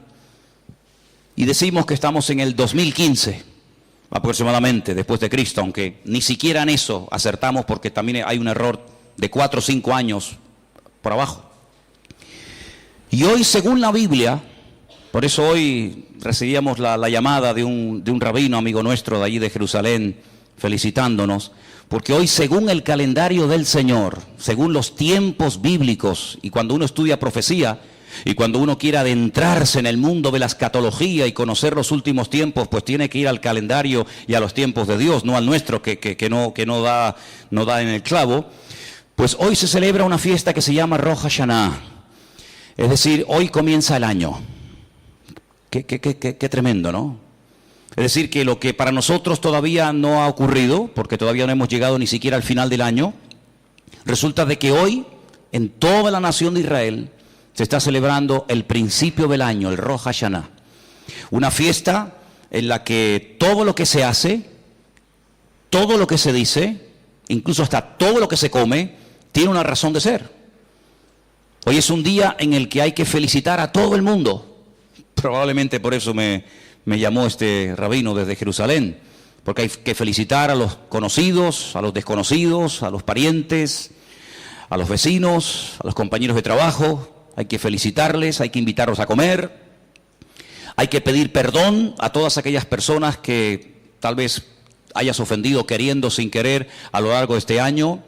Hay que perdonar a toda aquella persona que venga y te pida perdón por alguna ofensa, por alguna palabra, por algo malo que ha dicho o ha hecho contra ti. Es un día muy especial, es el día en el que se empieza un año nuevo, bíblicamente hablando. Si usted quiere regir su vida y quiere entender la palabra por el calendario que tenemos, cometes una gravísima equivocación, porque Dios no se sujeta a los tiempos de los hombres. Dios tiene sus tiempos y hay que conocer en qué tiempo se mueve Dios y en qué tiempos no se mueve el Señor. Y por eso dice la Biblia que es una persona bienaventurada, la persona que conoce los tiempos de Dios. Dentro de 2 semanas, se celebrará la última fiesta del calendario bíblico. No diga calendario judío, porque no es calendario judío, es calendario bíblico, porque el calendario existe antes de que ellos existieran. Dentro de 2 semanas se celebrará la última fiesta del año, una fiesta tremendamente importante. Que dice la palabra de Dios en Zacarías capítulo 14 que cuando el Señor venga otra vez y ponga sus pies sobre el monte de los olivos y el monte se parte y establezca su reino milenario, dice que todas las naciones de la tierra todos los años tendrán que subir a celebrar la fiesta que se va a celebrar dentro de 2 semanas, llamada la fiesta de Sukkot o la fiesta de los tabernáculos. El libro del Apocalipsis dice que cuando Cristo venga celebrará con su pueblo la fiesta de los tabernáculos. Algunas personas piensan que las fiestas que el Señor dijo que se celebraran y se recordaran, que son fiestas proféticas de cosas que ocurrieron y de cosas que en el futuro iban a ocurrir. Algunos piensan que cuando el Señor vino y se escribió el Nuevo Testamento y nació la iglesia, etcétera, etcétera, todo eso ya pasó al olvido. Y ha sido una gravísima equivocación que los creyentes y la iglesia ha cometido. Porque el Señor, las cosas más importantes de su ministerio, las cosas más importantes, digamos, de su programa profético, siempre las ha llevado a cabo en estas fiestas tan importantes que la Biblia dice que hay que celebrarlas. La primera fiesta del año que se celebra, según la Biblia, es la fiesta de la Pascua, ¿verdad? Donde recuerdan la liberación. Y en esa fiesta fue cuando decidió el Señor morir y dar su vida en la fiesta de la Pascua. Porque así como a la misma hora, a las 7 de la mañana, que estaban crucificando al Señor Jesucristo, a esa misma hora, cada día del año y más en esa semana de Pesaj o de la fiesta de la Pascua, era cuando estaban degollando al Cordero en el monte Moriah, allí en Jerusalén. 50 días después viene otra fiesta bíblica que había que celebrarla. Nosotros la conocemos como la fiesta de Pentecostés, pero significa la fiesta de las semanas, Shavuot. 50 días después de la liberación de Egipto, el Señor les hizo un regalo y les dio la palabra por escrito. Ya la palabra la había pronunciado, pero nunca se había escrito. Ahora el Señor permite que la palabra pronunciada, que la palabra revelada se escriba. Y 50 días después, el Señor decidió derramar de su espíritu, de su presencia, de una forma tremenda sobre un grupo de aproximadamente 120 personas. Y allí pasó algo que cambió el rumbo de la historia y cambió esas vidas para siempre. Pero queda una tercera fiesta, según el calendario bíblico, que había que celebrar, y era la fiesta de los tabernáculos, que no ha tenido todavía un cumplimiento profético en la persona de Jesús. Pero sin embargo, si vamos al Apocalipsis, nos dice qué significa proféticamente celebrar la fiesta de los tabernáculos. Pero hoy empieza Rosh Hashanah, el año nuevo. Y en Rosh Hashanah, en todas las casas de Israel se come cabeza de pescado. Y se preguntarán ustedes, ¿y por qué? Pues porque la Biblia dice que si obedecían y pedían perdón y acataban las leyes y los mandamientos del Señor, siempre serían cabeza y nunca serían cola. Siempre estarían arriba y nunca estarían abajo. Prestarían y no pedirían prestado. Entonces, cuando comen esa cabeza de pescado, a veces cabeza de cordero, cabeza de cualquier otro animal, pues ellos están recordando la promesa que el Señor les dio de que siempre su pueblo sería cabeza y nunca sería cola, ¿verdad? Así que todo lo que se hace en esa fiesta, todo lo que se dice, incluso hasta todo lo que se come, tiene una razón de ser. Claro, yo no he traído una cabeza de pescado para cada uno de ustedes, porque probablemente algunos de ustedes dirían, uy, qué asco, no quiero comer eso, ¿no? Pero he traído otra cosa y cada uno de ustedes va a probar en esta tarde, y ya lo tenemos preparado y lo van a traer ahora, en esa fiesta a cada persona se le da algo con otro ingrediente, que es lo que ustedes van a probar esta tarde, para que recuerden hoy, 13 de septiembre, cuando comas eso, que te va a encantar, te va a gustar muchísimo, recuerdes que hoy empieza bíblicamente un año nuevo. No es un año más, sino es un año menos para la venida del Señor Jesucristo. ¿Cuántos dicen amén? Pasen, por favor. A cada uno de ustedes, sin levantarse, sin moverse de su asiento, cada uno coja un trocito de manzana con miel. ¿Lo habéis probado alguna vez? Reparte por este lado. Cada uno de ustedes va a coger un trocito de manzana con miel, porque eso es lo que se come en la cesta, en la cena, en la celebración de este día nuevo, para que el año nuevo sea un año dulce. Eso es lo que significa. Que sea un año dulce. Dice la Biblia que la palabra de Dios es dulce como la miel, y como la miel que destila del panal. Tal vez resulte algo extraño, porque no estás acostumbrado, pero dile a la persona que está a tu lado, feliz año. Shana Tova. Que tengas un año bueno y dulce. Shana Tová Metuká. Un año dulce y un año bueno. Bíblicamente hoy empieza un año que va a traer muchas sorpresas. Viene lo mejor y también viene lo peor. Lo peor para el mundo y lo mejor para el pueblo de Dios. ¿Cuántos dicen amén? ¿Lo creen? Lo peor para el mundo y lo mejor para ti y para mí. Bendiciones nuevas, restauración, señales, milagros, provisiones milagrosas. Todo eso viene si verdaderamente lo pedimos y lo anhelamos y creemos que nuestro Dios para ti y para mí tiene preparado siempre lo mejor. ¿Cuántos lo creen? Dile al que está a tu lado, lo mejor es lo que Dios tiene para ti. Lo mejor. Y si me acercáis también un trocito para mí, pues os lo agradezco. Manzana con miel, para que tengamos una vida dulce, buena y agradable. En el nombre del Señor. Aleluya. Si saltamos al capítulo 4 del Evangelio según San Mateo,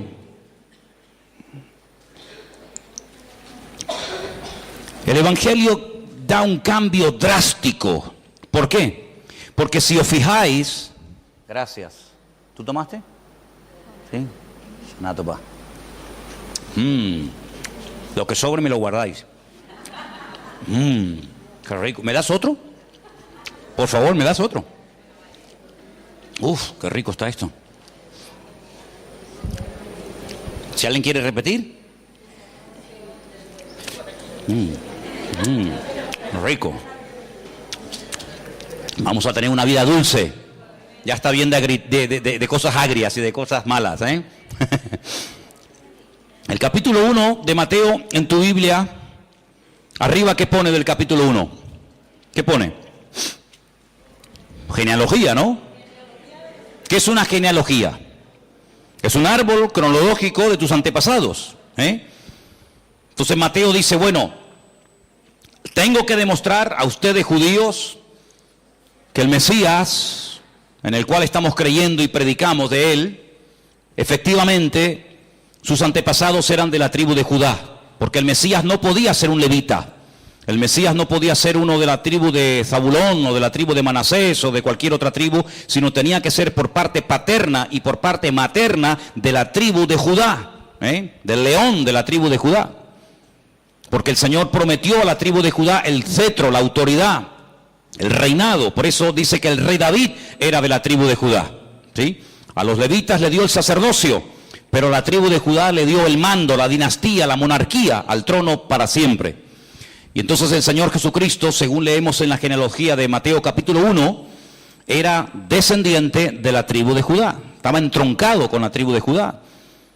Si vamos al versículo 18, encontramos cómo el Mesías procedente de la tribu de Judá nace, porque el Mesías no vendría de mayor, sino tendría que nacer, y no en cualquier parte, sino que el profeta Miqueas había dicho que el Mesías tendría que nacer ¿dónde? En Belén de Judea. En Belén de Judea, el mismo lugar donde nació el rey David, el mismo lugar donde estaba Ruth con Noemí, allí espigando en los campos de Betlehem. Betlehem, Belén, significa la casa del pan. El mismo lugar donde nacieron esas personas, allí nació el Señor. Y por eso narra el nacimiento. Más adelante en el capítulo 2, veis que él es, siendo un niño, él es visitado, dice aquí, por unos magos de Oriente, que vienen de lejanas tierras, guiados milagrosamente por un astro.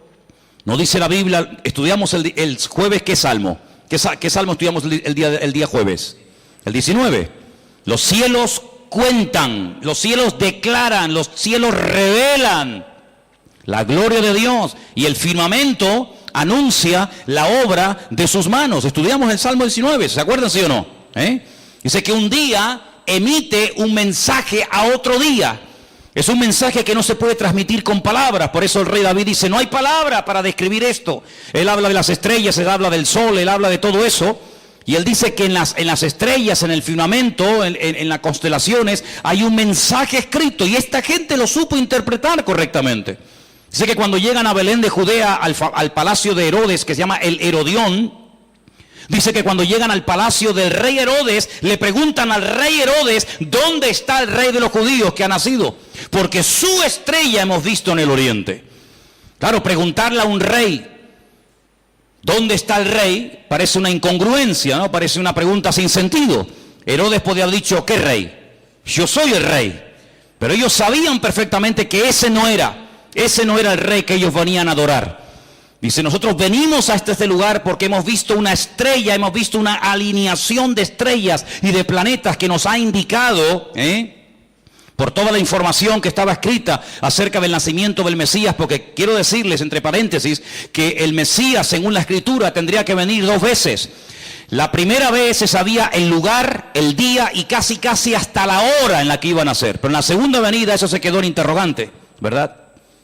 Por eso dice, velad y orar, para que aquel día no os sorprenda como ladrón en la noche. Sin embargo, si hubieran estudiado las profecías, sobre todo por las 70 semanas del profeta Daniel, ellos podían saber exactamente dónde, cuándo y hasta qué hora iba a nacer el Mesías. Sin embargo, los escribas, los fariseos se han olvidado, pero allí vienen magos de Oriente, guiados milagrosamente por ese mensaje que guardaba oculto las estrellas y el firmamento, y dice que cuando entran no ven a un rey grande haciendo milagros, dando unas enseñanzas profundas, sino ven a un niño. Ya no está en lo que llamamos el pesebre, en aquella sucá, ¿verdad? Sino que ahora está en una casa. Ya han pasado casi 2 años desde su nacimiento hasta que ellos llegan.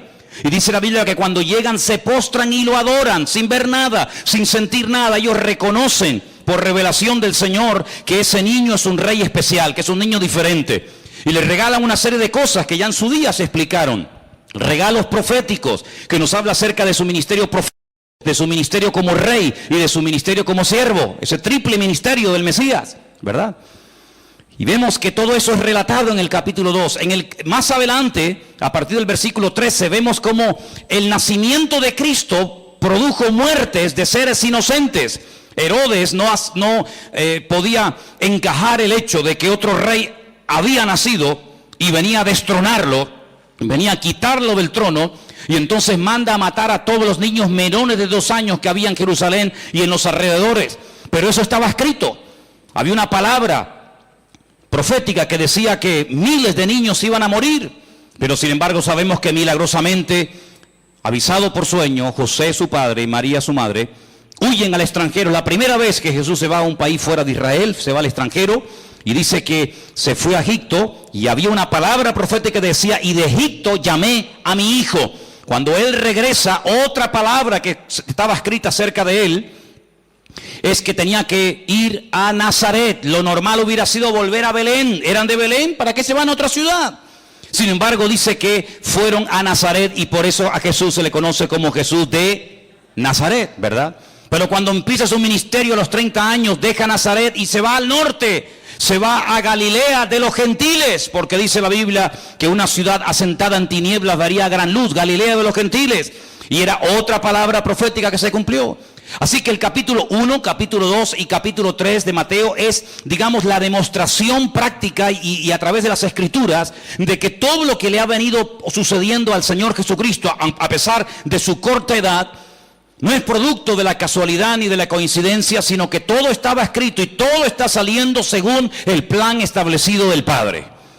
Y tenemos que partir de la base de que el capítulo 1, 2 y 3 de Mateo no solamente nos da una información tremenda y donde vemos profecías que se cumplieron, que estuvieron, por así decirlo, dormidas durante siglos, sino que es un mensaje también que nos transmite a nosotros el Señor, como diciéndonos, mira, todo está escrito, todo está profetizado, y si ustedes no se apartan ni a diestra ni a siniestra, sino que meditan en mi ley de día y de noche, entonces se va a cumplir la voluntad del Padre, se va a cumplir los objetivos del eterno nuestro Dios. No va a haber nada que ocurra por casualidad. Y para remarcar el clavo, el apóstol Pablo dice, mira, si no os ha quedado claro, hasta lo negativo, aparentemente lo malo, los que amamos a Dios, todo al final nos ayuda para bien.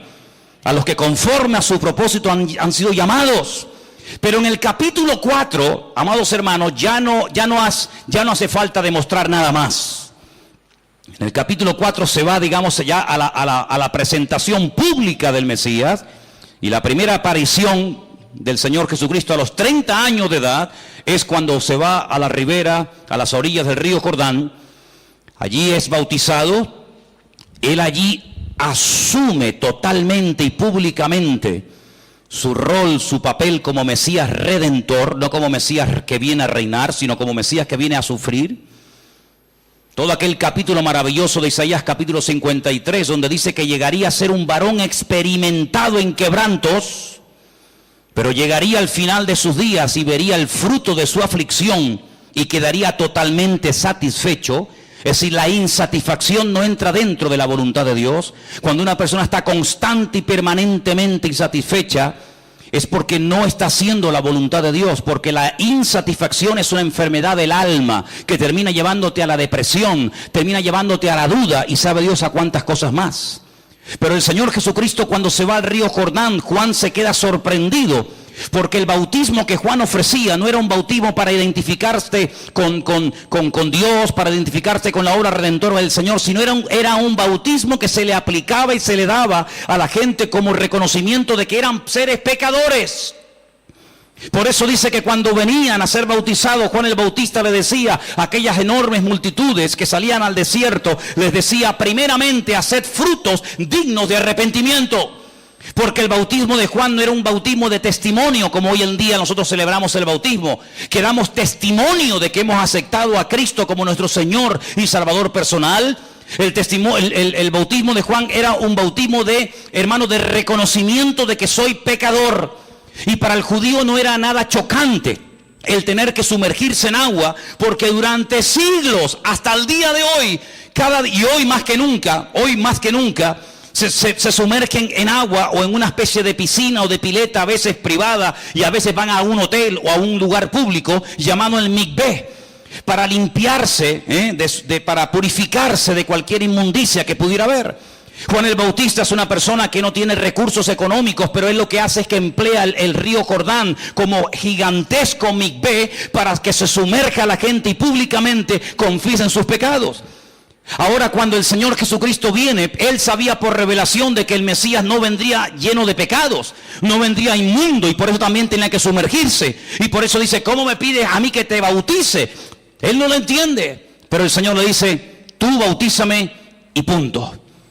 Una vez que el Señor en ese momento es bautizado, automáticamente, después de miles de años, escúchenme bien, hermano, después de miles de años sin oírse audiblemente la voz del Creador, allí se vuelve otra vez a oír la voz de Dios. Quiero decirles que entre lo que llamamos vulgarmente el Antiguo Testamento y el Nuevo Testamento, hay nada más y nada menos que 400 años de silencio. Y desde el monte Sinaí, 50 días después de la liberación de la esclavitud en Egipto, la voz de Dios nunca más se había nunca más se había vuelto a oír.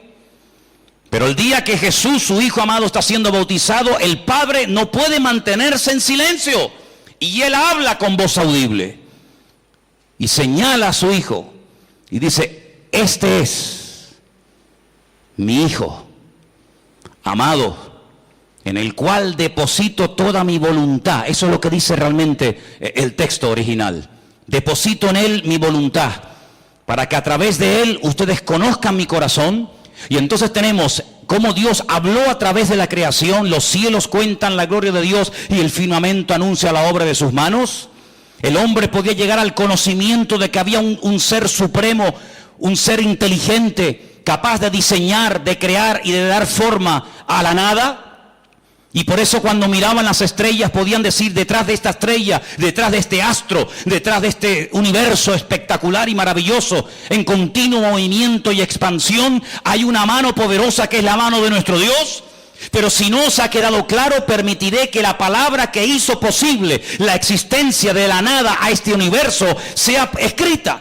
Y en el día en el que subió Moisés al monte Sinaí, la palabra que él había pronunciado antes del nacimiento de Adán y Eva, permitió que se escribiera. Así que tenían la revelación de las constelaciones, la revelación de la creación de Dios. Ahora tienen la revelación de la palabra por escrito, pero falta una revelación más, y es la palabra encarnada. En el principio era el Verbo, y el Verbo era Dios, y el Verbo estaba con Dios, y el Verbo fue hecho carne, y habitó entre nosotros, y vimos su gloria, gloria como del unigénito del Padre, lleno de gracia y lleno de bondad. ¿Cuántos dicen amén?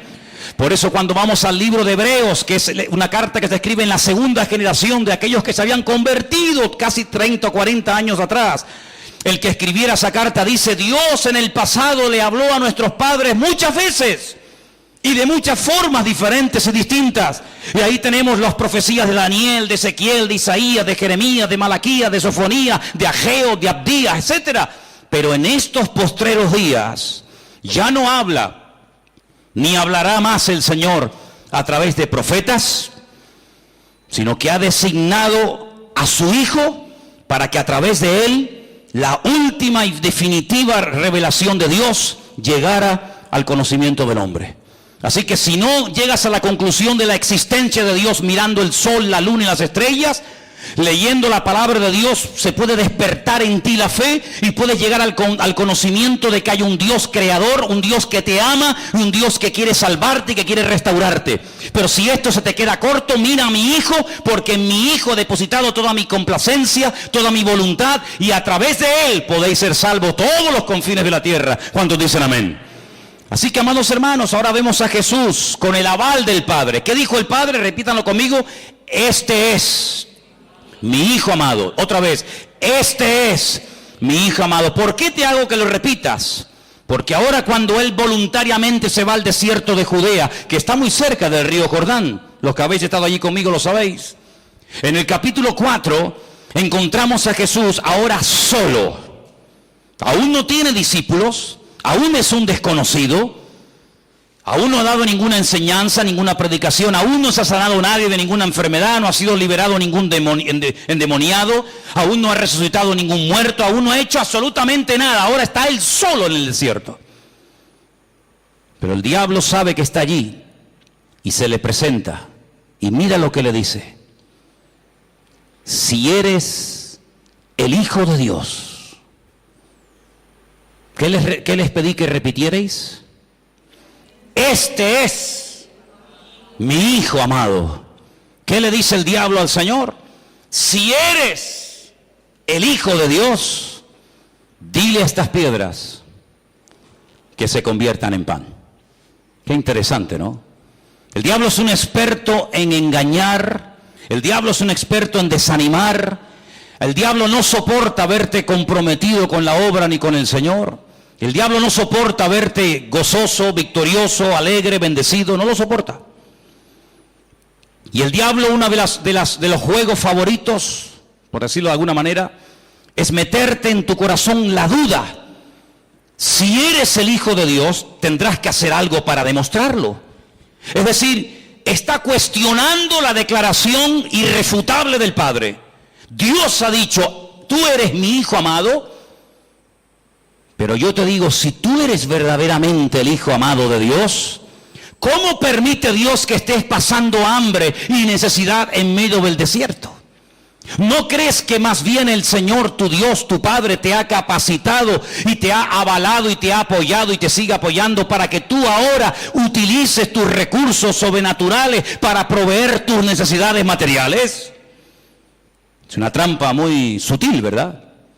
Si Cristo hubiera caído en la tentación de convertir las piedras en pan, siempre hubiera habido una excusa. Y hubiera podido decir: bueno, la necesidad me venció. Tenía tanta hambre después de 40 días sin probar bocado que caí en la tentación. Pero yo doy gloria a Dios de que el Señor no cayó en la tentación.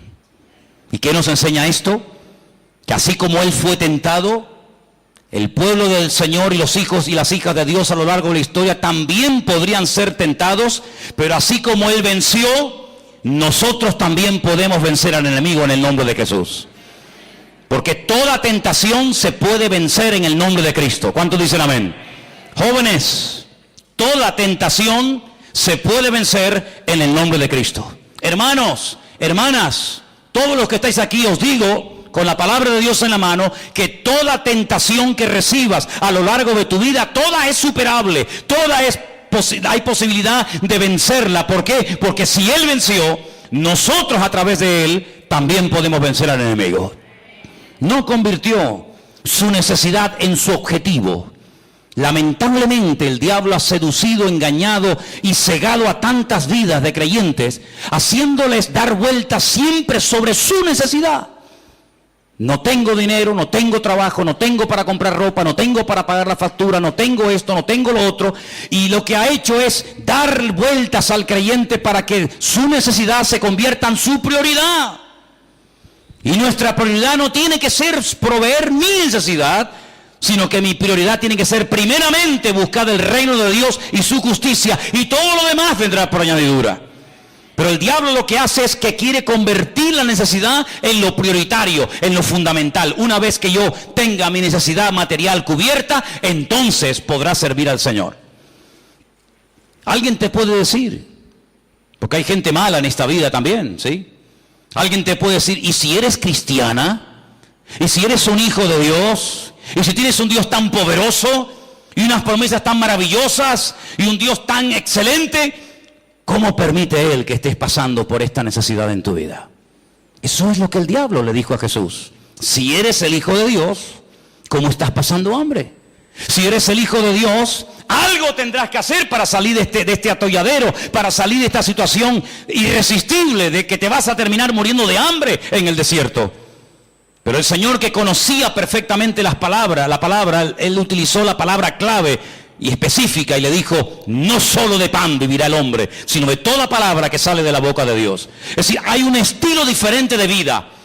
Hay un alimento que tú no puedes ofrecerme, pero la palabra sí me puede ofrecer. Y dice la Escritura que el Señor Jesucristo venció al diablo porque no iba a utilizar sus recursos como Dios para cubrir sus necesidades, sino que sus recursos eran para ayudar a los demás y para demostrarle al mundo. Él no tenía que demostrarse nada a sí mismo. Ya el Padre había declarado, tú eres mi Hijo amado. Y hermano, Dios ha declarado que tú eres también su Hijo amado, ¿sí o no?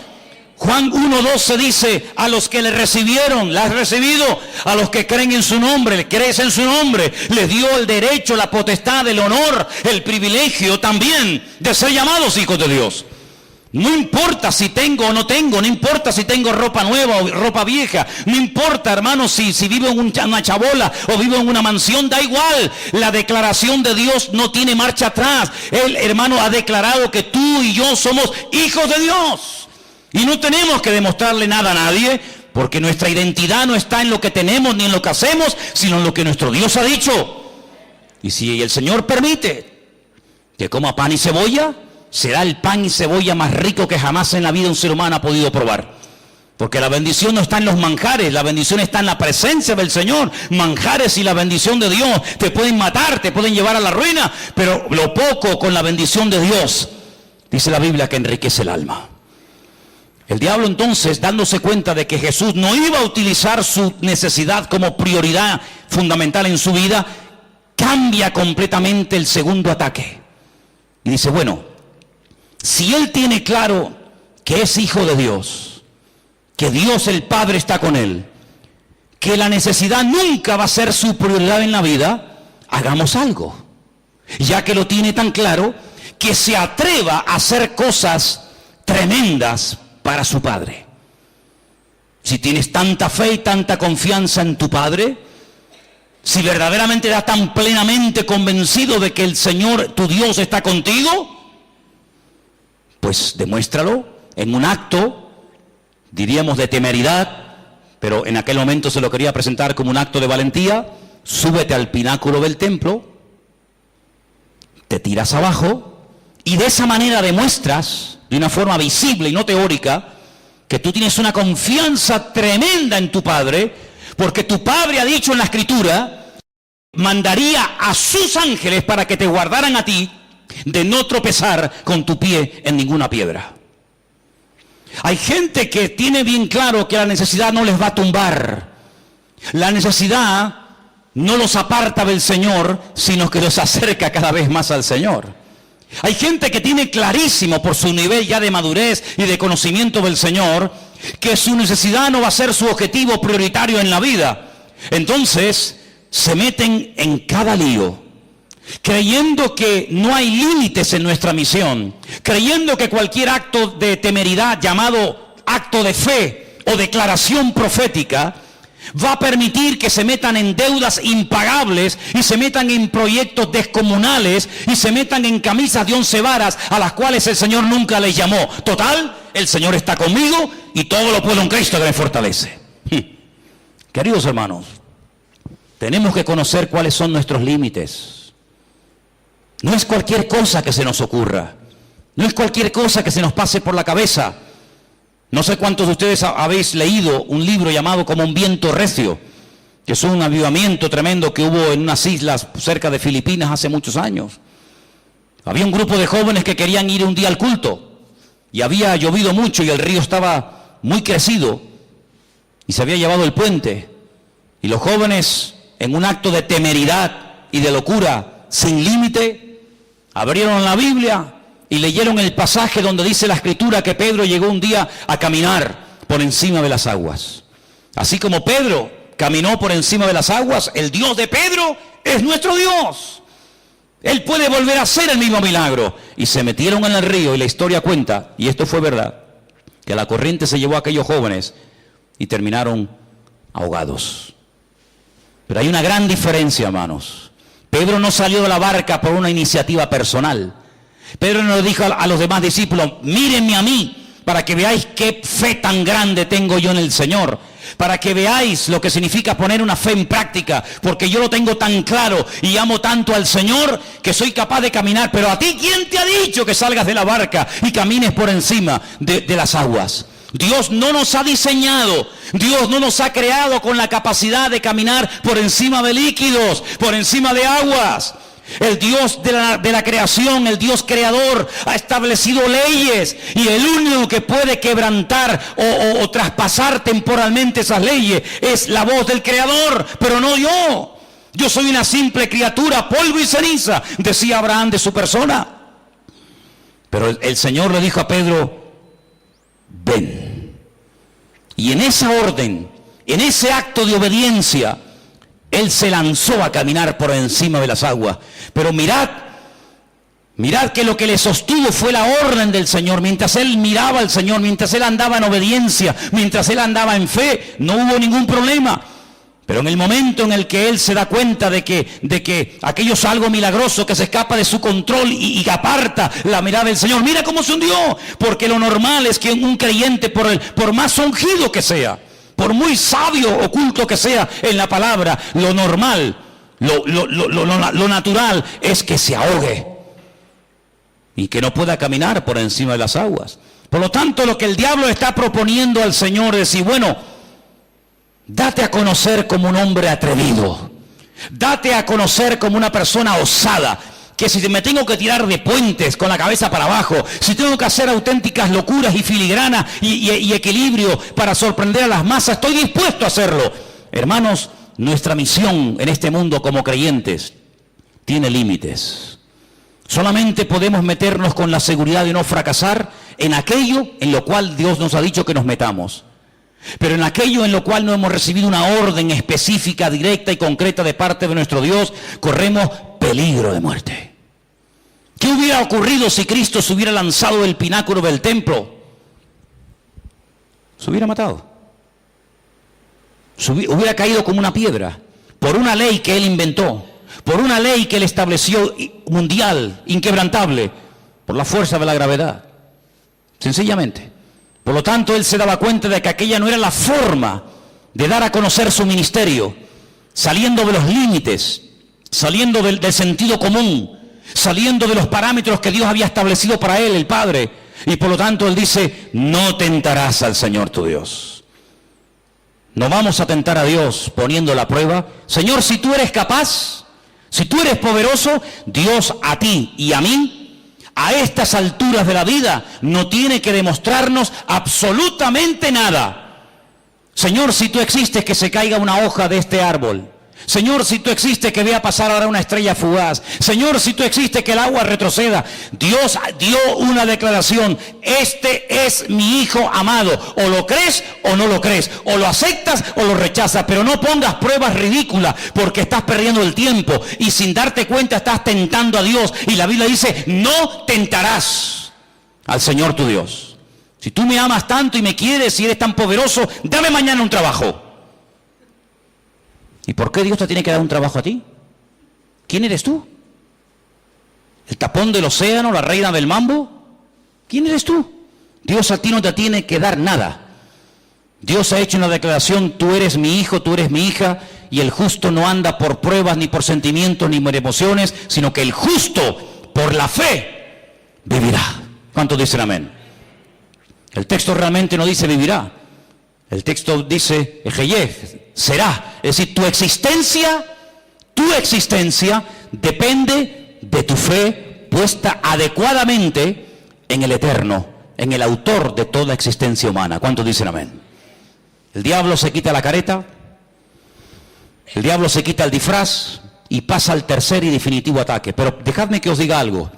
Si en la primera tentación el Señor hubiera cedido y hubiera convertido piedras en pan, fijaros qué tonto es el enemigo en algunas ocasiones, que hasta en la misma tentación demuestra a quién está tentando. Para Cristo sí era una tentación convertir piedras en pan, para mí no. ¿Para ti es una tentación? ¿Tienes hambre? ¿No tienes dinero? ¿Están cerrados los supermercados? Entonces sales a la calle, a un parque, buscas una piedra, pones la mano encima, oras y ¡pum!, se convirtió en pan.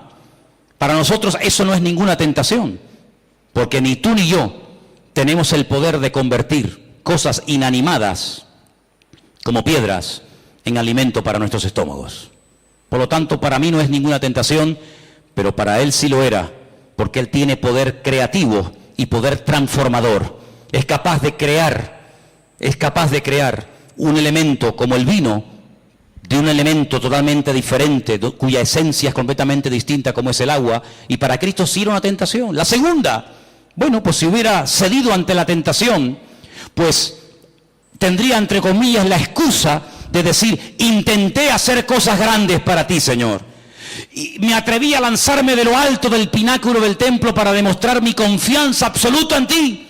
Pero la tercera tentación no tendría ninguna excusa posible, porque la tercera tentación es un ofrecimiento enorme a cambio de un acto muy pequeño. Y te voy a decir una cosa: todo lo que a ti no te cueste nada conseguir, duda de que sea de Dios, porque las cosas de Dios cuestan. ¿En qué consistió la tercera tentación? Leámosla. Otra vez le llevó a un monte alto y le mostró todos los reinos del mundo y la gloria de ellos. Y le dijo: todo esto te daré si postrado me adorares. No te olvides nunca que Satanás es padre de mentira. Nunca te dice la verdad.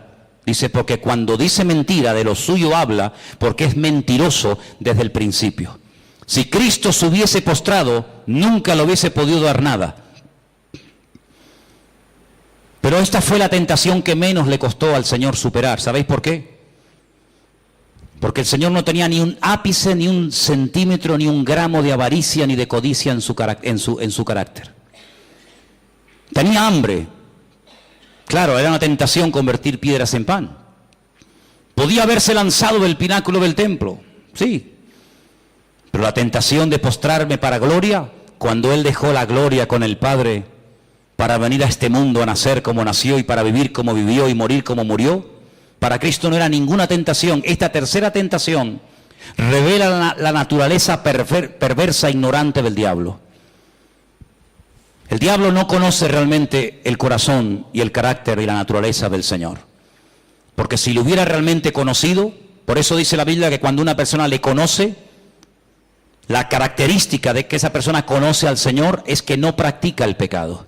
Porque si practica el pecado, dice, nunca le conoció. Porque si le hubiera conocido, no hubiera llevado hasta el día de hoy la vida que ha llevado. ¿Cómo se atreve Satanás a decirle al Señor que si se postra le dará todos los reinos de la tierra, Eso a una persona con deseo de reconocimiento, con deseo de gloria, con deseo de ser reconocido, admirado, querido, con avaricia, con soberbia, con un corazón con malas inclinaciones, con una certeza realmente muy dudosa, hubiera sido una tremenda tentación, pero para el Señor en absoluto. Porque Él es el Dios de la plata y del oro y Él renunció voluntariamente, no por presión, sino por convicción, sometimiento y obediencia a la voluntad eterna del Padre. Él renunció a toda la gloria y se hizo un poco inferior a los ángeles para venir y habitar entre nosotros y manifestarnos su gloria, pero no desde la pomposidad, sino desde la humildad. ¿Cuántos dicen amén? Porque la gloria no viene a través del aplauso, la gloria viene a través de la cruz. Y por eso dice la Escritura que hubo personas en el Antiguo Testamento que tenían el Espíritu de Cristo. Sin haberlo visto, sin haber conocido directamente al Señor como Pedro, Jacobo, Juan, Santiago, tenían el mismo Espíritu de Cristo. Por eso Moisés fue capaz de renunciar a la pompa de Egipto, porque tenía puesta su mirada en el galardón, dice la Escritura, porque tenía el Espíritu de Cristo. Por eso dice la Biblia que Abraham salió sin saber a dónde iba, dejando atrás herencia, fortuna, dejando atrás una vida aparentemente segura. ¿Por qué? Porque tenía puesta su mirada en la ciudad cuyo arquitecto y fundador es Dios. Y dice que por fe la miró, la saludó y la confesó, porque tenía el Espíritu de Cristo. Y por eso el rey David, cuando profetizaba, tenía el Espíritu del Señor. Y por eso, amados hermanos, nosotros podemos superar cualquier tentación, cualquier ataque del enemigo. ¿Por qué? Porque tenemos en este momento el Espíritu de Cristo dentro de nosotros, morando permanentemente. ¿Cuántos dicen amén? Romanos capítulo 8 dice, y si alguno duda, si alguno no tiene el Espíritu de Cristo, el tal no es de él. ¿Cómo está tu corazón?